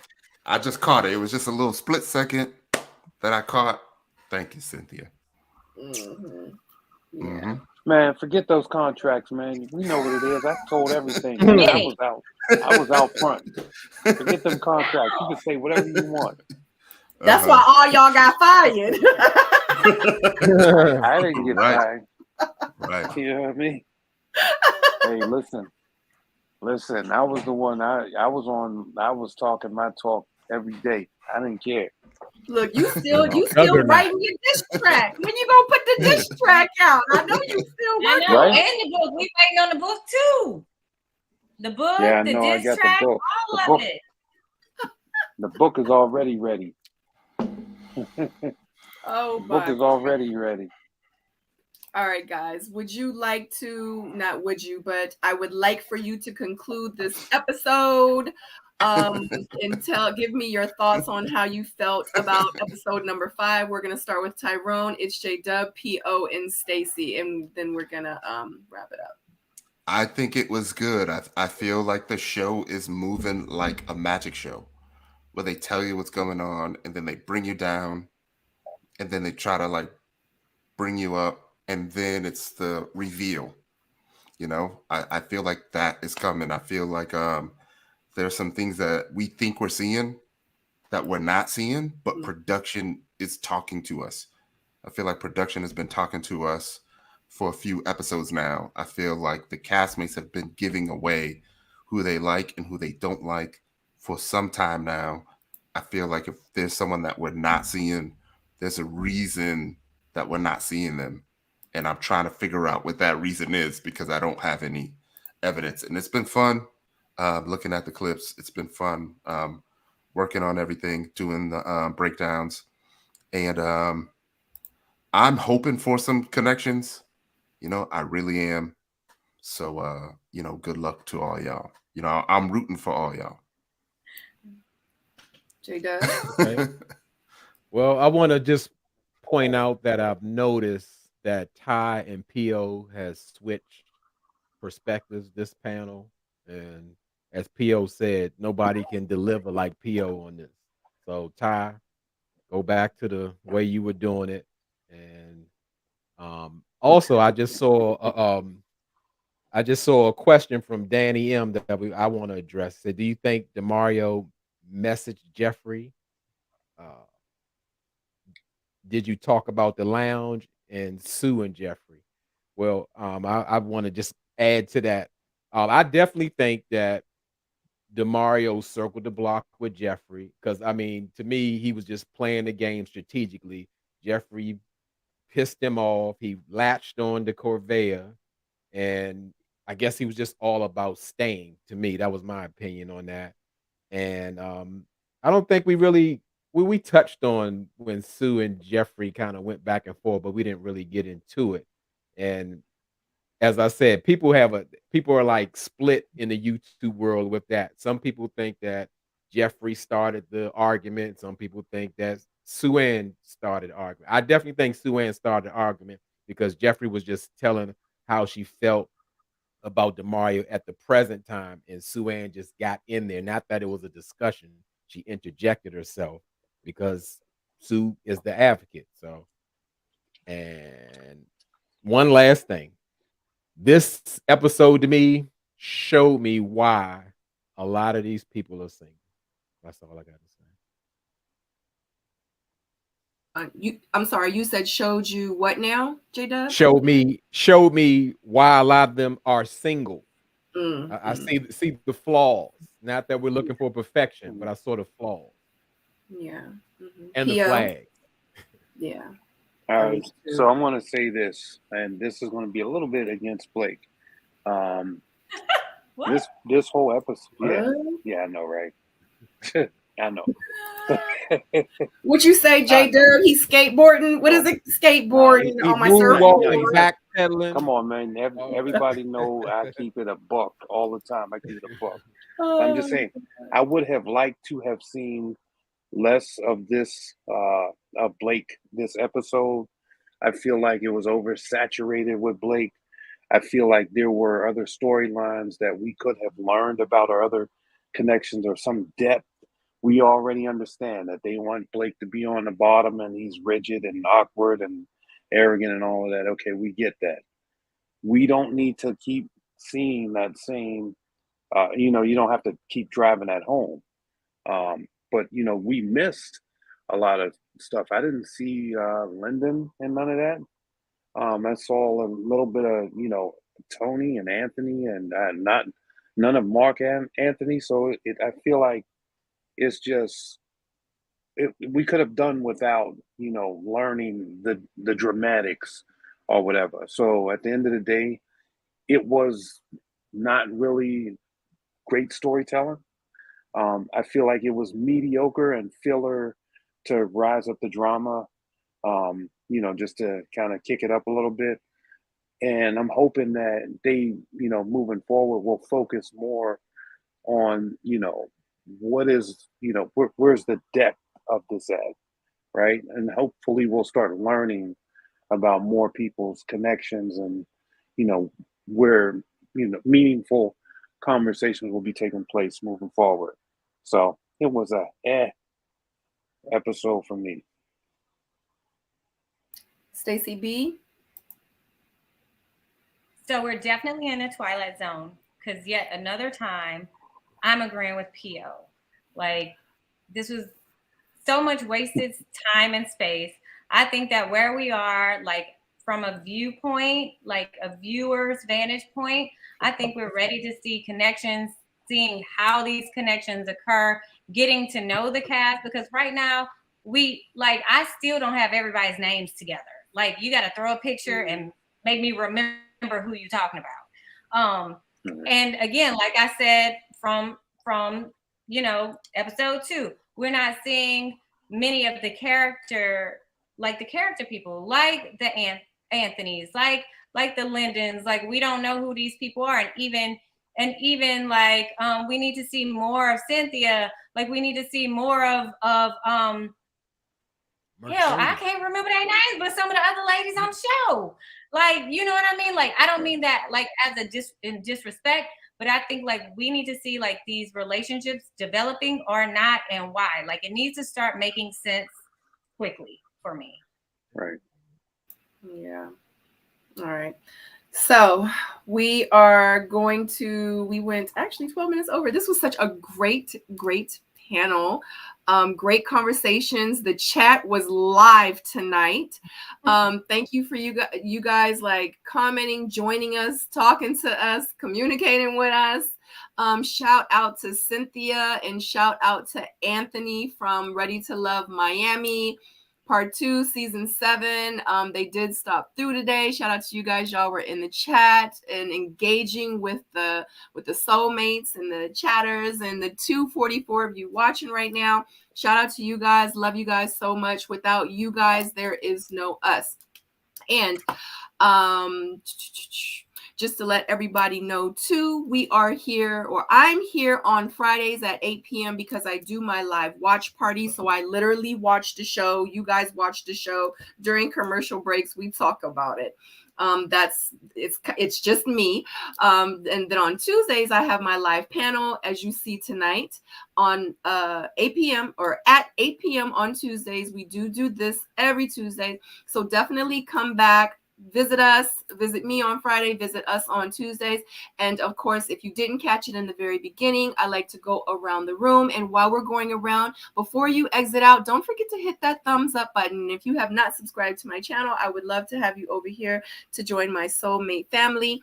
But like I was getting ready to say, in the beginning, if you didn't catch it in the end, we do go through again where the panelists will let you know who you have been watching this whole entire time, where you can find them on social media. You guys know I am Miss Sabrina Seoul. I am your host. This is my channel, Miss Sabrina Seoul, and you can find me on all my socials, Facebook, Instagram, Twitter, YouTube. Everything is at Miss Sabrina Seoul, and I was on Ready to Love DC, and we're gonna move it over to Tyrone.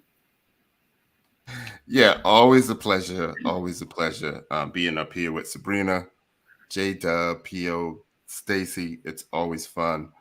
You can catch me at Ty Wilson 21 everywhere. It's been really fun. If y'all don't know, I've been learning a new skill, and that is video editing. And I have been using this season to as motivation to get me to learn all of the tools. So I do have some breakdowns. So episode 5 is my most recent one. It's been a lot of fun. I do end up catching a lot of stuff and hearing a lot of stuff. So it's interesting hearing other people's perspective because I know that I'm right despite what J-Dub says. So no, I'm just joking. It's always fun. It's always a blast. So yeah. It's J-Dub. Okay. All right. Again, it's me, it's J-Dub. I am YouTube's #1 comment. If you do not know, I do reviews on reality shows, and I will pop up on one of your favorite YouTubers' comments. So check me out on my channel and get my, as Ty said, my correct perspective from a male's point of view. Thank you. P.O. Yeah, it's P.O. I'm 100 sightings on IG. And just if the cast is still out there from Miami season, please, please, please, please, please share your social media details so I can follow. I have a very tough time finding out, where you guys reside at on the gram, which is pretty much the platform that I'm always on. So please share those details if you can. But yeah, I'm on IG at 100 sightings. And that's pretty much where I stay parked at. This has been a great panel, and the chat has been great. Thank you for taking my perspective on this season. I really appreciate everybody just for allowing me to have the space here. We appreciate you. Stacy B. Hey y'all know you can find me at Stacy_B with 3 E's on Instagram. I want y'all to also, I've really been trying to get better. So I do this talk show here in Houston. It's Houston based. It comes on Smart TV, Roku TV. It's called The Session Talk Show, and we film every other Wednesday. So the show from last Wednesday should be edited and out this week, and then we'll do another one next week. So I encourage y'all to follow that, and anything y'all can help me with pointers, because I'm trying to be a little more natural and tap into things that suits my interests a little more, where y'all can see me in my own normal life and normal life. I ain't gonna be like P.O. and talk you to death. So bye.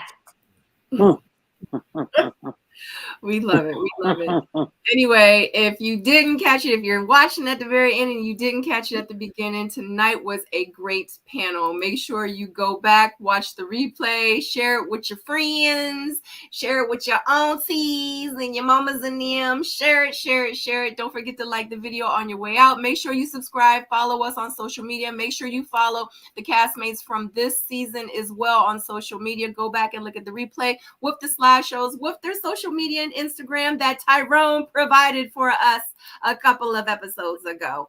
Definitely check that out. And other than that, it was a great Tuesday.